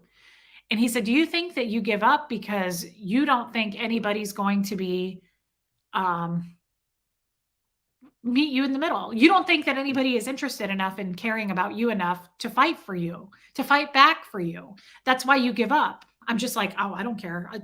I quit the job. I don't like it. Never mind. He's like, you're not even willing to negotiate with people because you're afraid they're going to give up on you. So you give up first. And I said, however you want to tie it up and put a bow on it. Yes. I don't give up on my kid, Rosalind. Absolutely not. I would never do that. Never. Huxley's the one exception. I mean, I would never give up on my child. I would die before I gave up on my child. Pamela, please read my previous message. So many hugs to you. Did you super chat it? Because otherwise I don't know how I'm going to go back and find it. But you can try to re-put it here. Yeah, Shambot. Jeff and I are trying to communicate for sure. So yeah, I don't feel like anybody cares enough to fight for me. So I just stop. I just give up. Maybe that's true. Maybe that's true. But he said, he goes, you've got to figure out a way to understand that like somebody out there does care enough about you to fight for you so that you don't have to give up on yourself. And I was like, yeah, I'm not feeling that. And he said, you give up on everything. You really do. And I said, no, I do. It's a real thing. I don't know if it's a Scientology thing, but I think it is. Absolutely. That's true, Raymond. I think after what you've lost, you don't let yourself get too attached to anything because you may lose it. 100% yes. You were being abused. Thank you, Gerwar, for your super chat. Reese, please give that poor younger version of yourself some grace. You're healing now, and healing is messy. Love you, lady. I love you, Gerwar, and thank you for saying that. I'm trying. But here's the thing. My therapist said to me, and I really thought it was nice. He said, you really do give up on about damn near everything. He said, now that I've seen you enough and I know you well enough, he said, you really do. And I said, I know I do. I know there's nothing important enough for me to fight for it because I'm afraid I'm going to lose it anyway. And he said, the only place, he goes, there is one place I've noticed though that you don't give up. And I said, what's that? He said, you don't give up in here. And I just lit up. I said, you're right, Wyatt. And he said, I want to thank you for that. He said, I want to thank you for putting trust in me and you're not giving up here. And I said, you know what? I don't. And I met like 3 other therapists before him that I didn't like. Now, I don't think I gave up so much. It was I didn't vibe with them. But still, Melody, I would fight for you always and forever. Thank you, Melody. That is so sweet of you to say. And thank you for your super chat. Shell the Flamingo, this is exactly how I am. I am a never in, but being an SA victim, I don't believe that anyone cares enough about me and won't fight for it. Thank you for your super chat. And I feel you hardcore. I feel that. And I do believe, guys, that while this probably can't ever be reversed, I think we're opening the door to it, right? Like I'm seeing it for what it is. I'm touching on it. And I think what I tried to separate on Monday when I was in therapy, Mark, quit being a quitter. Thank you, Mark. That's a good point. Quit being a quitter. He makes a good point. Thank you for your super chat, Mark. I think what I was trying to really realize though on Monday is as long as I can remember, which is about back to the age of 4, my dad making me do Scientology hardcore, start, flunk, like really not just like, okay, we're going to do this little drill and you're going to take this course. I mean, he was like all in, sit in that fucking chair and do your studies. Like even at 4, I remember my dad calling me all these Scientology words. He called me a bank all the time, which is a bad word in Scientology. It's the reactive mind. It's when you're being out of control. I didn't know what that meant. I remember being 5 years old and he was like, you're a fucking bank. He was like, go to the corner. And I remember standing in the corner, like flipping and playing with the light switches. And like, I don't know what a bank is. I'm not really sure, but he's really mad at me. And he would call me a down stat. A down stat is when your statistics are down and you're not doing well. So it was just stupid. Like, I'm trying to now separate. That's him, not me. Like, that's not me. I didn't get a chance to even be me. I'm not even really sure who I was at 4 years old because all I know is I was attached and connected to this guy who was really horrible. And, my therapist asked me this too. When he used to take me to the pool halls at night when I was like 10 years old and I would get all dressed up and the men would hit on me and we'd be there till 3 in the morning. And my therapist said to me, I said, I'm embarrassed about that because I really liked getting the attention from those men. Like that was something I looked forward to was my dad taking me to the bar at 10 years old while he would go hustle pool. And I would sit there and cuddle up to the men who would hit all over me when I was 10 years old. And my therapist said, what would you do about that now? If you knew what you know now, what would you do then? And I said, well, there would have been nothing I could do. I was 10 years old. I could have asked him not to be that kind of a parent. That wouldn't have made a difference. And he goes, what would you have done? And I said, you know what I would have done? I would have tried to find a friend. I didn't have any friends. I probably would have tried to find a friend. And I probably would have tried to latch on to that friend and spend the night at her house as much as I could. And I feel like had I found some good friends and like maybe their parents would have liked me and let me stay with them a lot, I could have stayed in school. Like despite my dad is what I'm saying. Like I could have had a better path. I could have gone to prom. I could have graduated. Like maybe I could have been a normal kid, even with him as the horrible parent that he was. And forcing me to think about it, like what would you have done? Because you were just tied to him. You did what he made you do. You did what he guided you to do. If you could go back and change it, what would you have done different as that 10-year-old? Now, you couldn't do much, right? I'm not going to be able to go get my own apartment. Did your dad ever take the time to explain anything to you? Did he explain the bank? No, I had no idea what the bank was. Any real world discussions, birds and bees, children need to be taught? Never. My dad never even gave me a hug. So, no, he didn't teach us about any of that. But what would I have done? I would have probably tried to have some friends and made real friends because I don't have that now in life and I didn't have friendships. So I probably would have done that. I would have tried to hang out with non-Scientologists and stay away from him as much as possible. But I didn't. But it's interesting to go down that rabbit hole of what would I have done? Because I just did what he had me do. I just was a little like puppet for him. I don't even know who I was. I didn't get to be myself. So just a lot of interesting questions that make you think. And it also makes me think. And I said this in therapy and I cried about it. This makes total sense why I come on so strong, like with Jeff. I'm going to use Jeff as an example. A couple times a month, I will look at Jeff and I will start to spiral out of control because I didn't get enough attention from him that day for whatever reason. It comes out of nowhere. And I will say, like, do you still like me? Should I even be here? Like, do you want to be married to me? Because we don't have to be married. Do you want to be? Do you want to have sex with me anymore? Am I ugly? Do you think I'm unattractive? Do you think I'm a good person? Am I a bad person? I do that to him all the time. I can't control it. I'm going to try to control it more. But Jeff looks at me like I'm losing my mind. And he'll be like, yes, I think you're a good person. Yes, I still want to have sex with you. And then he'll get annoyed and he'll be like, I really hate it when you ask me stupid questions like this. And I'm like, I just don't, I kind of like, I get this weird, like clingy feeling. And I think I do that to Tommy. I do it to Sterling. And it's like, I can't control it. And I hate that I do it. I hate that I'm like, I'm kind of all or nothing. Like I clicked with Tommy and Sterling. I'll use Tommy as the example because um, I come on so strong to him and I'm like, I need to be, you're my friend. I need to be your friend for life. Like I click with you. It's weird. I feel like I'm going to lose it, but then I come on too strong. And I now see though, why my dad would leave for days and days and days when I was like 7 or 8 years old and I would be home alone by myself. No mom, no sister. And I remember my dad coming home after being gone for days.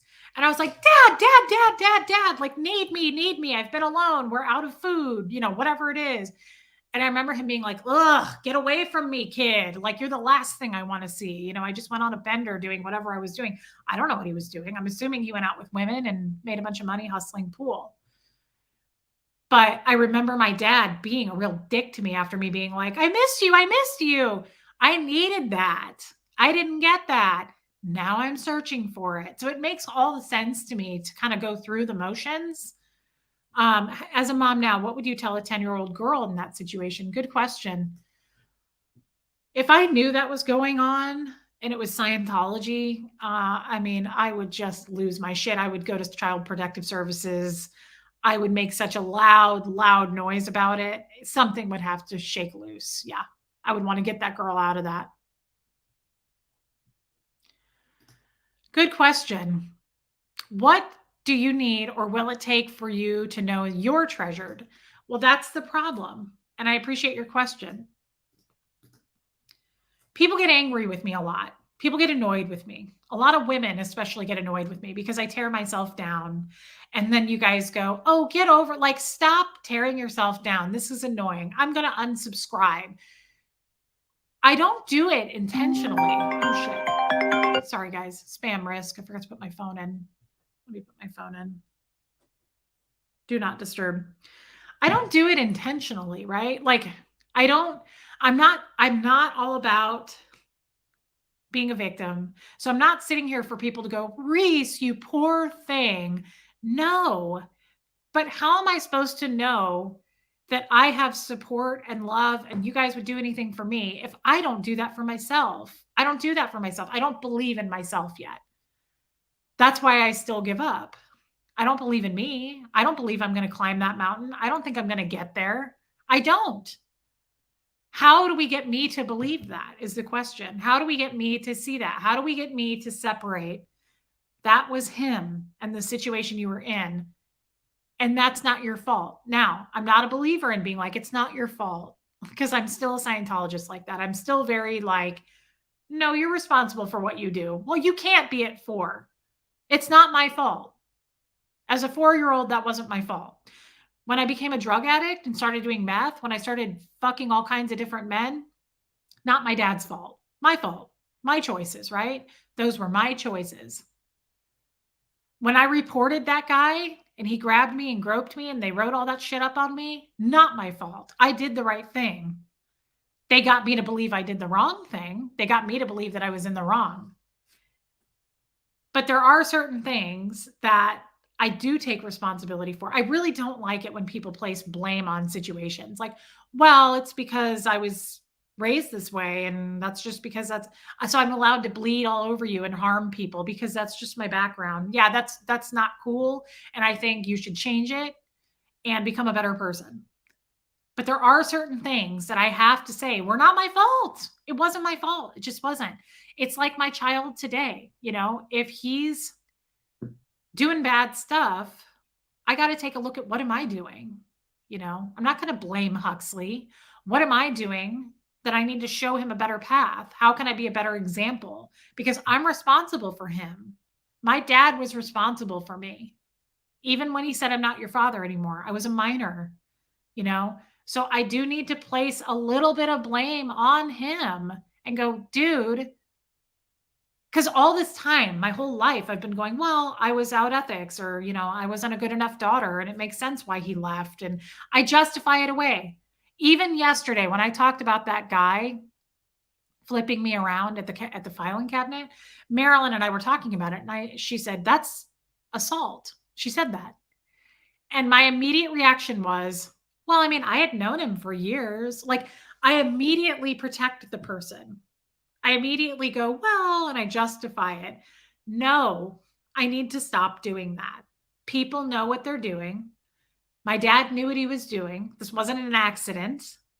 He could have come around and said, hey, I made a huge mistake, but he didn't. He doubled down and gave me my baby book and said, I'll never need this again. I don't want to know the rest of your story. So I think it just helps me. I appreciate you guys listening to me. I think it helps for me to talk it through, see what you guys say about it. And I think it helps to really label that. Separate it out. Like I need to separate it out. We are not one. My dad and I are not one. I need to separate the fact that you were a piece of shit as a parent, man. You never wanted kids. You knew you were a bad parent. This wasn't an accident. This wasn't like We didn't know any better. It was the 80s. Like Scientology will get you to believe. When I would bring this up in Scientology, they would say like, well, we're better now. We got the tech under control now. That's what they always say. Scientology's really come around. Well, now we know better, so we do better. Nope, that's not how it works. I feel so close to you because you're the only one woman who has ever been real enough to not make me feel alone. Wow, you are so loved. Nothing but love. That's amazing. That's amazing. Thank you for saying that, and thank you for super chatting me. That's amazing. Tony's Hooter, Reese, do you know that you are one of the most self-aware people I have ever seen? Wow. That is more than half the battle, knowing what you need. It's a process that takes time. Love you. Tony's Hooter, I love you. Thank you for super chatting me, and I love you, and thank you for saying that. Apologizing for something that isn't my fault is my biggest weakness. Proud of you, Reese. Thank you, Joel. I'm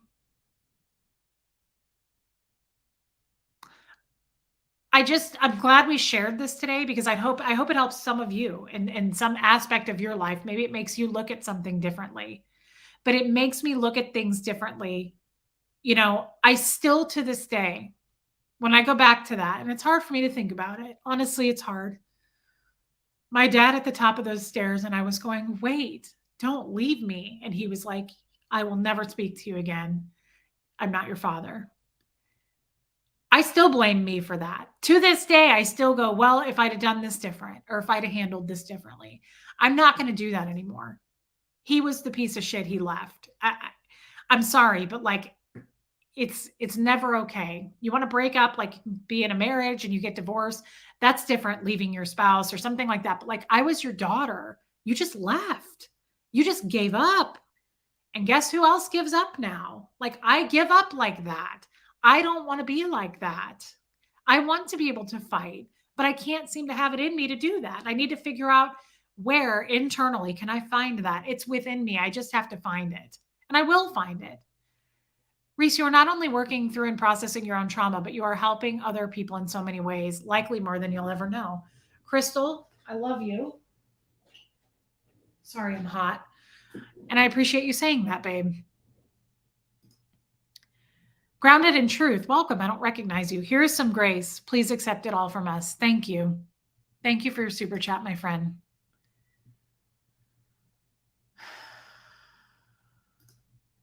CHR Anderson, question. The success with your channel is that you are a really strong woman. You dare to do things now that you are healing. What if you never called Aaron? That's a scary thought.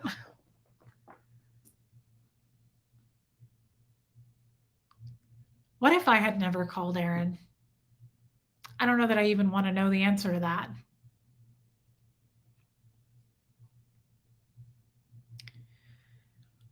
Huxley and I would be in real trouble if I had never called Aaron, guys. I think we would be in real trouble. I think his life would be a path of Scientology. That's what I think. Pamela, Reese, your father came, excuse me, to save you and the fucking cult stole him. Please try EDRM. I promise you it will change everything. Pamela, thank you for your super chat. I have tried that. Didn't really do anything for me. It was very much like holding the cans on an e-meter. How did he accidentally dox you, Aaron? He was doing a live one day and he had a text up from me and he accidentally flashed it on the screen. Katie Pie, happy birthday, by the way, babe. I noticed it was your birthday too. Your truth is healing and helping so many. Thank you, babe. Thank you for your super chat. How scared were you when you called Aaron? I was very scared when I called Aaron. I was terrified, but I also knew that I wasn't going to be outed. Like I knew that Aaron was going to, I knew Aaron wasn't going to tell on me, right? So I knew I was safe. Paula, making the choice that you and Tommy did in the live to not run away before pushing the other away is huge for you, both of you. You are starting to see that you are not responsible for all the stuff that happened. That's huge. Paula, thank you. And also, I thought it was big. I'm glad you brought this up because Tommy said, you let the wind out of me. It broke my heart on the last live when he said, we did really good. And then you said, we're not going to be able to be friends. That was me giving up. And then I felt really proud of myself when he said, please don't do that this time. And I said, I won't do it. You have my word. I won't do it this time. That was huge of me because I give up. I give up all the time. Oh my God, so proud of you. The reason my last message said you are not the problem, not the whole problem, and you are lovable is because you have felt a problem, yeah, your whole life. It is familiar to you, but toxic to your heart. Sarah, thank you. Sarah's always full of really good wisdom. Thank you guys for your super chats. That was really nice of you. Yes, I always think of myself as the problem, and I think I'll just take this trash out. You don't need to do it. It's me. I'll take the trash out. And so that's how I think of myself. And I'm going to try really hard not to do that. Amanda, this conversation has opened my eyes that I spent nearly 10 years in Scientology and I've never addressed it in a counseling session. It's always been about my addiction. Yes, I think you should. Sarah, again, I love that you are uncovering yourself with kindness. Thank you, Sarah. Thank you for your super chat, babe. But you did call, Aaron. You are gently moving from there's no rescue coming to how do I rescue myself? Yes, Nancy. What a journey you're on. You get stronger and stronger each day. Nancy, thank you so much. I love it when you're in my lives. It just feels good when you're here with me.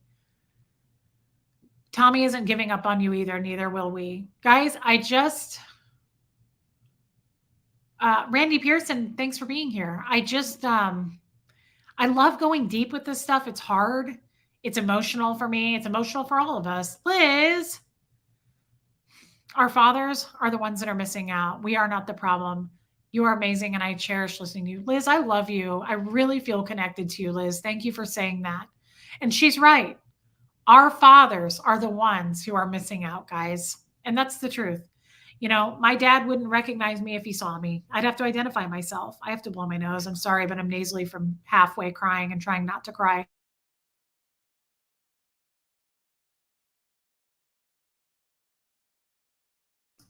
Sorry, that was gross. She's right, though. Liz is absolutely right. They'll never know who we are. And I will tell you this, I don't think very highly of myself, but I know I'm a good person. Like in my heart, I know I'm a good person. I want to help people. I want to help people through this channel. I love animals. Like I may not be the best person, but like I'm not a bad person. I know I'm not a bad person. I have the best of intentions. I don't want to screw people over. I don't lie to people. I don't steal. Like I feel like I'm a pretty decent person. And you know who's not a pretty decent person? My father. And I'm really trying to separate us. I think of us as one. When I go back to those memories, I think of me and my dad like this. We need to separate. I need to separate that was him. That was not me. You know, I was in that situation because of him. I wouldn't have gone to that pool hall and been slumming it with a bunch of dirty old men when I was 10 years old if he had not put me in that position. And I'm not going to take responsibility by going, well, I went with him. That's my MO. That's what I would say to myself. Well, why did you go to those places? Well, I went with him. I wanted to go. I was excited to go. I was looking forward to the attention from a man, any man. That's how I would normally address that. No, I was 10 years old and I was going because you took me with you. And that wasn't right. And I was on staff because you put me on staff at 13 years old. That wasn't right. And I slept with a 24-year-old at 14 because I was put in that position. Again, not because I wanted to, and I would have been doing that anyway, going to high school. No, you put me in that fucking position. And I had a choice in that position to sleep with a guy because I was being, I remember that Shane, he was a great guy, but I remember him really coming on to me. I shouldn't have been put in that position. I hate not taking the blame because it's so like me to take the blame. I'm the first person to take the blame and I'm the first person to give up. But I'm not going to do either one right now. I'm going to try to stay strong here and work out this muscle that's pretty much atrophied. It's not me. It wasn't me. Like it's not cool that I'm taking all the weight and blame for me sleeping with a man at 13. Me joining staff, me going to that bar with you, doing all these shitty things that a child shouldn't be doing. That wasn't my fault. It just wasn't. And I'm not being a victim and I'm not saying it's your fault. Haha, I don't get to take any blame. It's just that I take the blame for doing drugs. I take the blame for sleeping with all the men after that. Once I became an adult, but you didn't show me the proper way. You didn't do anything to guide me as a fucking kid to shape me into who I'm going to be as an adult.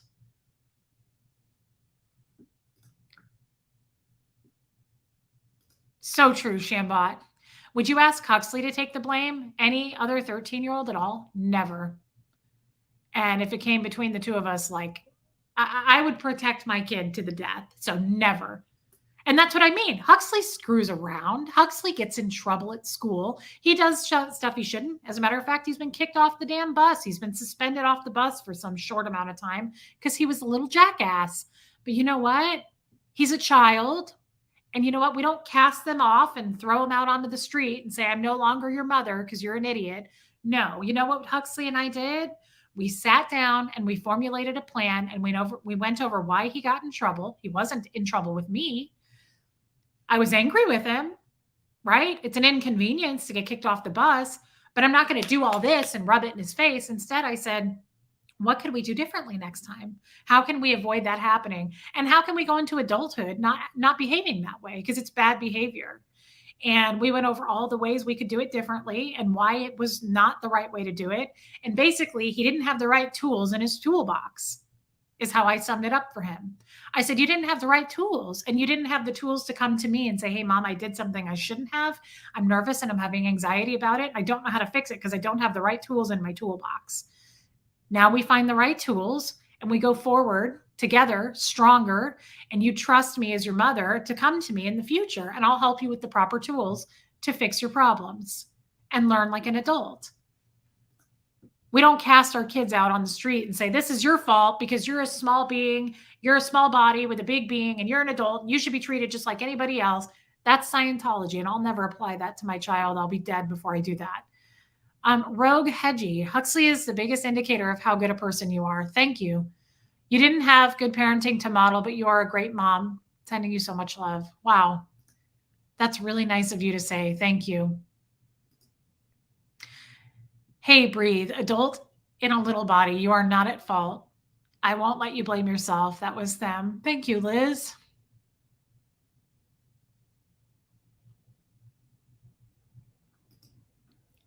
Thank you. Perfectly imperfect. The more I see parenting from Scientology, I'm not so sure Scientology made them horrible. I think it's the only doctrine that made sense to them. None of what happened to you was your fault. Thank you, Perfectly Imperfect. I think my father was a terrible person way before Scientology. I don't think Scientology made him a bad guy. I think it just enhanced what an evil, horrible man he is. And I think my father truly is an evil man. I think he was mean for sport. I think he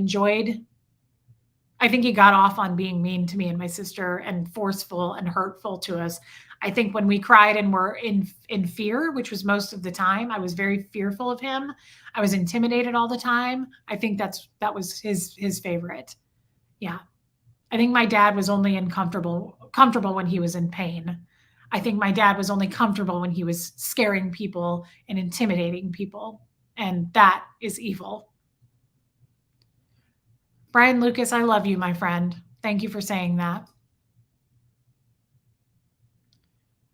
Curious Cat, you're an amazing parent. I wish I'd had one like you. And it's phenomenal how well you talk with Huxley when you were treated so horrid. There's so much abuse you face that I can relate to. I think you guys, I'll always listen if you need to talk. You have my email. Julie, thank you. Oh, Susanna, you are an amazing mom in spite of your upbringing, and you should be proud of that. We are proud of you. Thank you so much for your super chats, you guys, and your words. I really believe that you guys say I'm such a good parent. I don't feel like I'm that great of a parent. All I know is this. When you have, and I don't know I know this for me. If you have a parent who's an alcoholic and was a total drunk, there's a good chance that you might also be an alcoholic. But I think there's also the situation where people see that and they go, oh my God, I'm never going to drink. I'm never going to do that because of that. I don't want to be like that. I'm not saying those are the only two scenarios there, but I'm just saying this is like that. I don't want to be my dad. I don't ever want to treat my child the way my dad treated me because he was so I just always remember being screamed at by him. I remember my sister and I would talk about the veins would pop out of his neck and his eyes would turn all red. And he was so tall. And I remember being so small. And he would just get in our faces and scream. And I would just remember being so scared of him all the time. I was so scared of my dad. And he would always put us in the corner. I don't know why, but he would grab the back of my neck really hard and he would just force me into the corner and walk me to the corner. And all those things balled up, guys. I know I can't be that parent. I'm not, it's first of all, that's not me. I'm not a mean person for sport. It takes a lot to even get me to fight. I don't like to fight. I don't want to fight. I don't want to scream. So I know I don't want to treat my child that way. And I know that my kid, I am so lucky to have. Honestly, it's the other way around. You say I'm a good parent. Huxley is my rock. That kid, do you know what he did last night, right before I went live? Remember, I had a bad headache and I went live with Sterling and I needed my peppermint oil and I forgot it. And it was upstairs and Huxley was out there he's at school right now, but he was on his Xbox. And I said, hey, Hux, I said, I would go upstairs, but I've got 30 seconds before I'm going to go live. And I said, my head is pounding so bad. Can you please go up and get my peppermint oil? I forgot it. And he came in here and he looked so concerned before he went upstairs. And he said, Mom, what's going on? And I said, my head hurts so bad. And he was like, what can I do? He said, do we need to take you to a hospital? I mean, he's always like that. Huxley is like always worried about me. He's always like, what can I do to help you?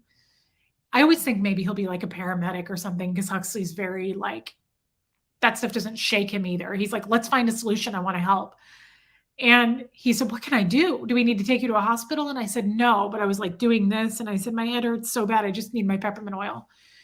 And he said, what do you have? Do you have water? He said, let me get you some electrolytes. And I said, I've got my electrolytes right here. And he said, chug it, Mom. He said, start drinking a lot of water. He said, and let me know on your live. He said, shout it out so I can get you a refill. He said, I want to make sure you drink a lot of water before you go to bed. And I said, I am on it. And he said, do you need me to bring you down some of your Advil? And I mean, he's amazing. That kid is amazing. Like Huxley saves me much more than I save him. He really does. I don't know what I would do without Huxley. And I hope that he's always that way. So even if he screws up a little bit, if he does, he screws up at school sometimes, but he always comes to me. We talk it out. And I think the thing is, because my dad yelled so much, I was always afraid of him. I never want to give that fearful, like I never want Huxley to not be able to talk to me because I'm so angry with him. I don't want to come at him from a place of anger. I want him to feel, even in his 30s, like even when he's an adult, I want him to feel like I can talk to my mom about this because my mom never got mad at me when I was little. My mom talked it out with me. We figured out the right tools for the toolbox. That's what I talked to him about. I always say to him, I'm like, Huxley, you just had the wrong tools. That's why you messed up. We just have to find the right tool that works going forward and shaping you as a man. You know, you can't treat people this way, or you can't behave this way, or you can't say these things, or you have to get better grades. We have to get you the right tools to be on the road to be a good adult. And he agrees with that. Gentle suggestion, look up parentified child. Sarah S. Okay, I've never heard of that before. But thank you for your super chat. Oh, Susanna, sometimes our kids are sent to save us. Huxley is absolutely, I have to say too, I'm glad he's not ever going to have a chance at Scientology. And I'm glad, honestly, that my dad doesn't know Huxley, because my dad did a number on me. And I wouldn't be surprised if he followed in the same pattern, you know? So guys, I know this was kind of a heavy one today, but I really wanted to talk about it. I didn't know how to title it, but I felt like Scientology runs deep because I titled it that because I really can say, I hate to blame everything on Scientology, but those basic things about me that are missing, the looking to older men for security, for reassurance and all those things, I think started the day my dad said, I'm no longer your dad. Don't ever fucking call me again and figure out how to pay for your life because I'm not going to help you. I truly believe that tore a hole in me that day. And since that day, I've filled that hole with drugs and sex and neediness. Like, I need you. I am so weird about that with men. And I hate it because I know it annoys Aaron. I know it probably annoys Sterling, but bless him, he doesn't actually show that. And I know that it's probably hard on Tommy. You know, Tommy has his own life and his own issues. And I just kind of feel like I come on so strong because I just cling to people. And now that I've made friends for the first time, I come on so strong. And Rogue Hedgie, I was going to say, I don't really recognize you, but I do. I think I've seen you before. I lurk more than chat, but have been watching for a few months. There are so many parallels in your relationship with Hux and mine with my daughter. She has saved me more than she knows. Yes, I love that. That's beautiful. Thank you for sharing that with me and your super chat, my friend. Thank you for coming out from lurking. Sarah, just a reminder, you are not a problem and we love you. Thank you, Sarah. I just hate it when people say, like, Liz, I love you for saying this. You are not at fault. But it's so hard for me to say that. Thank you, Joel. It's hard for me to be like, it's not my fault. I didn't do anything because we're so pounded, you guys, in Scientology. It's hardcore. You're responsible for everything in your life. You're responsible for the people around you. You're responsible for your environment. My dad, from the age of 4, as long as I can remember, my real name is Marisa. I go by Reese because my dad started calling me Reese when I was like 2, I guess, because people would call me Marissa. But he called me Marisa a lot. And when he was serious, he really called me Marisa. And he would look at me since I was the age of 4 and up until I was 16, and he'd go, "You're responsible for your own condition, Marisa." And so that's been really built into me. Like, that's why I have a hard time with people being like, "Oh, poor me." No, F you. You're responsible for that. But that's not the truth. I'm trying to get that off. Like, scrape that off. That isn't the truth. You're not responsible for your own condition when you're fucking 4 years old. Are you responsible for your own condition going and doing drugs and hurting other people and, sleeping with tons of people? Sorry. Yeah. Now, can we blame that on how you were raised? Definitely. But you making those choices, like, I can't blame my dad for that. I'm not going to blame my dad for that. I did that. Thank you, Kim Sharp, for your super sticker. Anyway, guys, it's a fine line, and it's like I'm trying to separate what am I responsible for? What was I not responsible for? And it runs deep. Like I titled this, Scientology runs deep when you're born and raised into it. You're pretty much going to be a fucked up individual in a lot of different ways because there's just so many things, twisty, turny paths that we're taught. My dad is still alive. He's a Scientologist in Scientology. He doesn't really do anything in Scientology, but he's a huge donor. My dad is a huge donor. He's given millions of dollars, and I just found a picture of him the other day on social media. That's an updated picture of my dad. He's about 75, I think. That's Gene Wally, my father. And he will die in Scientology. He's been in Scientology, I think, since like 1970. So it's reprogramming. It's unpacking, reprogramming. It's just, there's so much in my day-to-day life that I still think with because it's just my roots. He does look like a woman. He looks like an old woman. That's what my mom said too. She said, God, he looks like an old lady. She said, he looks like your Aunt Reva. I was like, oh God. Abigail, don't let your happiness depend on something you may lose. Yeah. There are far better things ahead than anything we leave behind. Oh, I like that. For what you see and what you hear depends a great deal on where you are standing and who you are. Wow, that is profound. I love that. There are far better things ahead than anything we leave behind. Abigail, that's really deep. I like that. That's very special. Thank you for your super chat too, but that means a lot, Abigail. Thank you for saying that. Wow. Yeah. Try to keep in mind that you had very little guidance growing up. Yes, definitely. Guys, I want to thank you for listening to this. I know it was long. It kind of went fast for me, though. I feel like I just started, but oh yeah, Huxley, Amanda, does Huxley even know who he is? Obviously, he's never seen him, but does he know about him or your story? Yes, absolutely. Huxley knows everything. Huxley hates my father.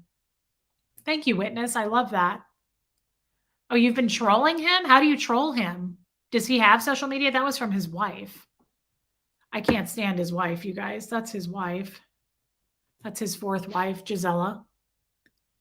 Gisela Wally. She's from Peru. She's an OT8. And she's a horrible, horrible, evil woman. Thank you, Randy Pearson. Guys, thank you for listening to me today. This was long, and I'm sorry I drug it out, but I didn't really intend to go into that story. But oh, she's on Facebook? Of course she is. So is your dad? Oh, well, they blocked me. That's why I can't see him. Is she his age? No. He is 75, and I think she's 57 or 60, somewhere in there. She's much younger. Yeah, she's evil. She's evil. I think she married my dad for the money. He met her in Washington, D.C., and she was just a brand new Scientologist. She wasn't born and raised. And she worked at a Denny's. I think that's where he met her. And then she worked in a hotel. And immediately they got married. And all of a sudden she had Louis Vuitton bags. She was getting her nails done, totally a different person. And I think that was an obvious, like, okay. Now she's OT8, he paid for all that. And he likes to do that. He likes to have arm candy, kind of a trophy wife type situation. Thank you, KDE. Paisley Turtle, my wife accused me of not being able to discipline my children. As an abused child, I was terrified I would lose control. You saved Hux from a cycle of abuse. Thank you for saying that. Yes. Yes. Thank you for that. And thank you for your super chat.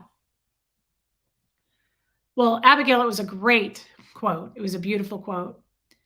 Yeah, they're horrible people. They're really evil people, guys. And it is what that is. I can't, nothing will ever be done about that. I'll never see him. So I just have to learn how to separate it and not take the blame so much for the things that he did. I wouldn't have been doing any of those things had I not been put in that situation. I wouldn't have gone and joined staff or gone to those things at night. I need to remember that. Like, that wasn't me. That was him taking me, grooming me, whatever you guys called it the other night. So anyway, I appreciate you listening. Again, it was kind of deep. I might do another one later. I thought about reaching out to Tommy to see if he's available. I kind of want to find out what's going on there. But he may not be available. I don't know what his agenda is today. So guys, thank you for being here. Stick around. I will post if we do one later. And if I do, it probably will be on his channel, but I will stream it to my channel.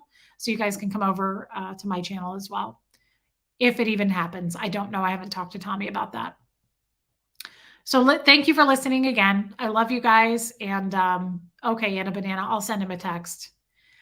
I really love you guys. And thank you for being here. Love you, Chaotic Bleach. Guys, thanks for listening. And I will play Fred now, and I will talk to you guys. It was a 2-hour live, Kim. I'll talk to you guys a little bit later. But thank you for listening to what I had to say today. Thank you very much for all your super chats, too.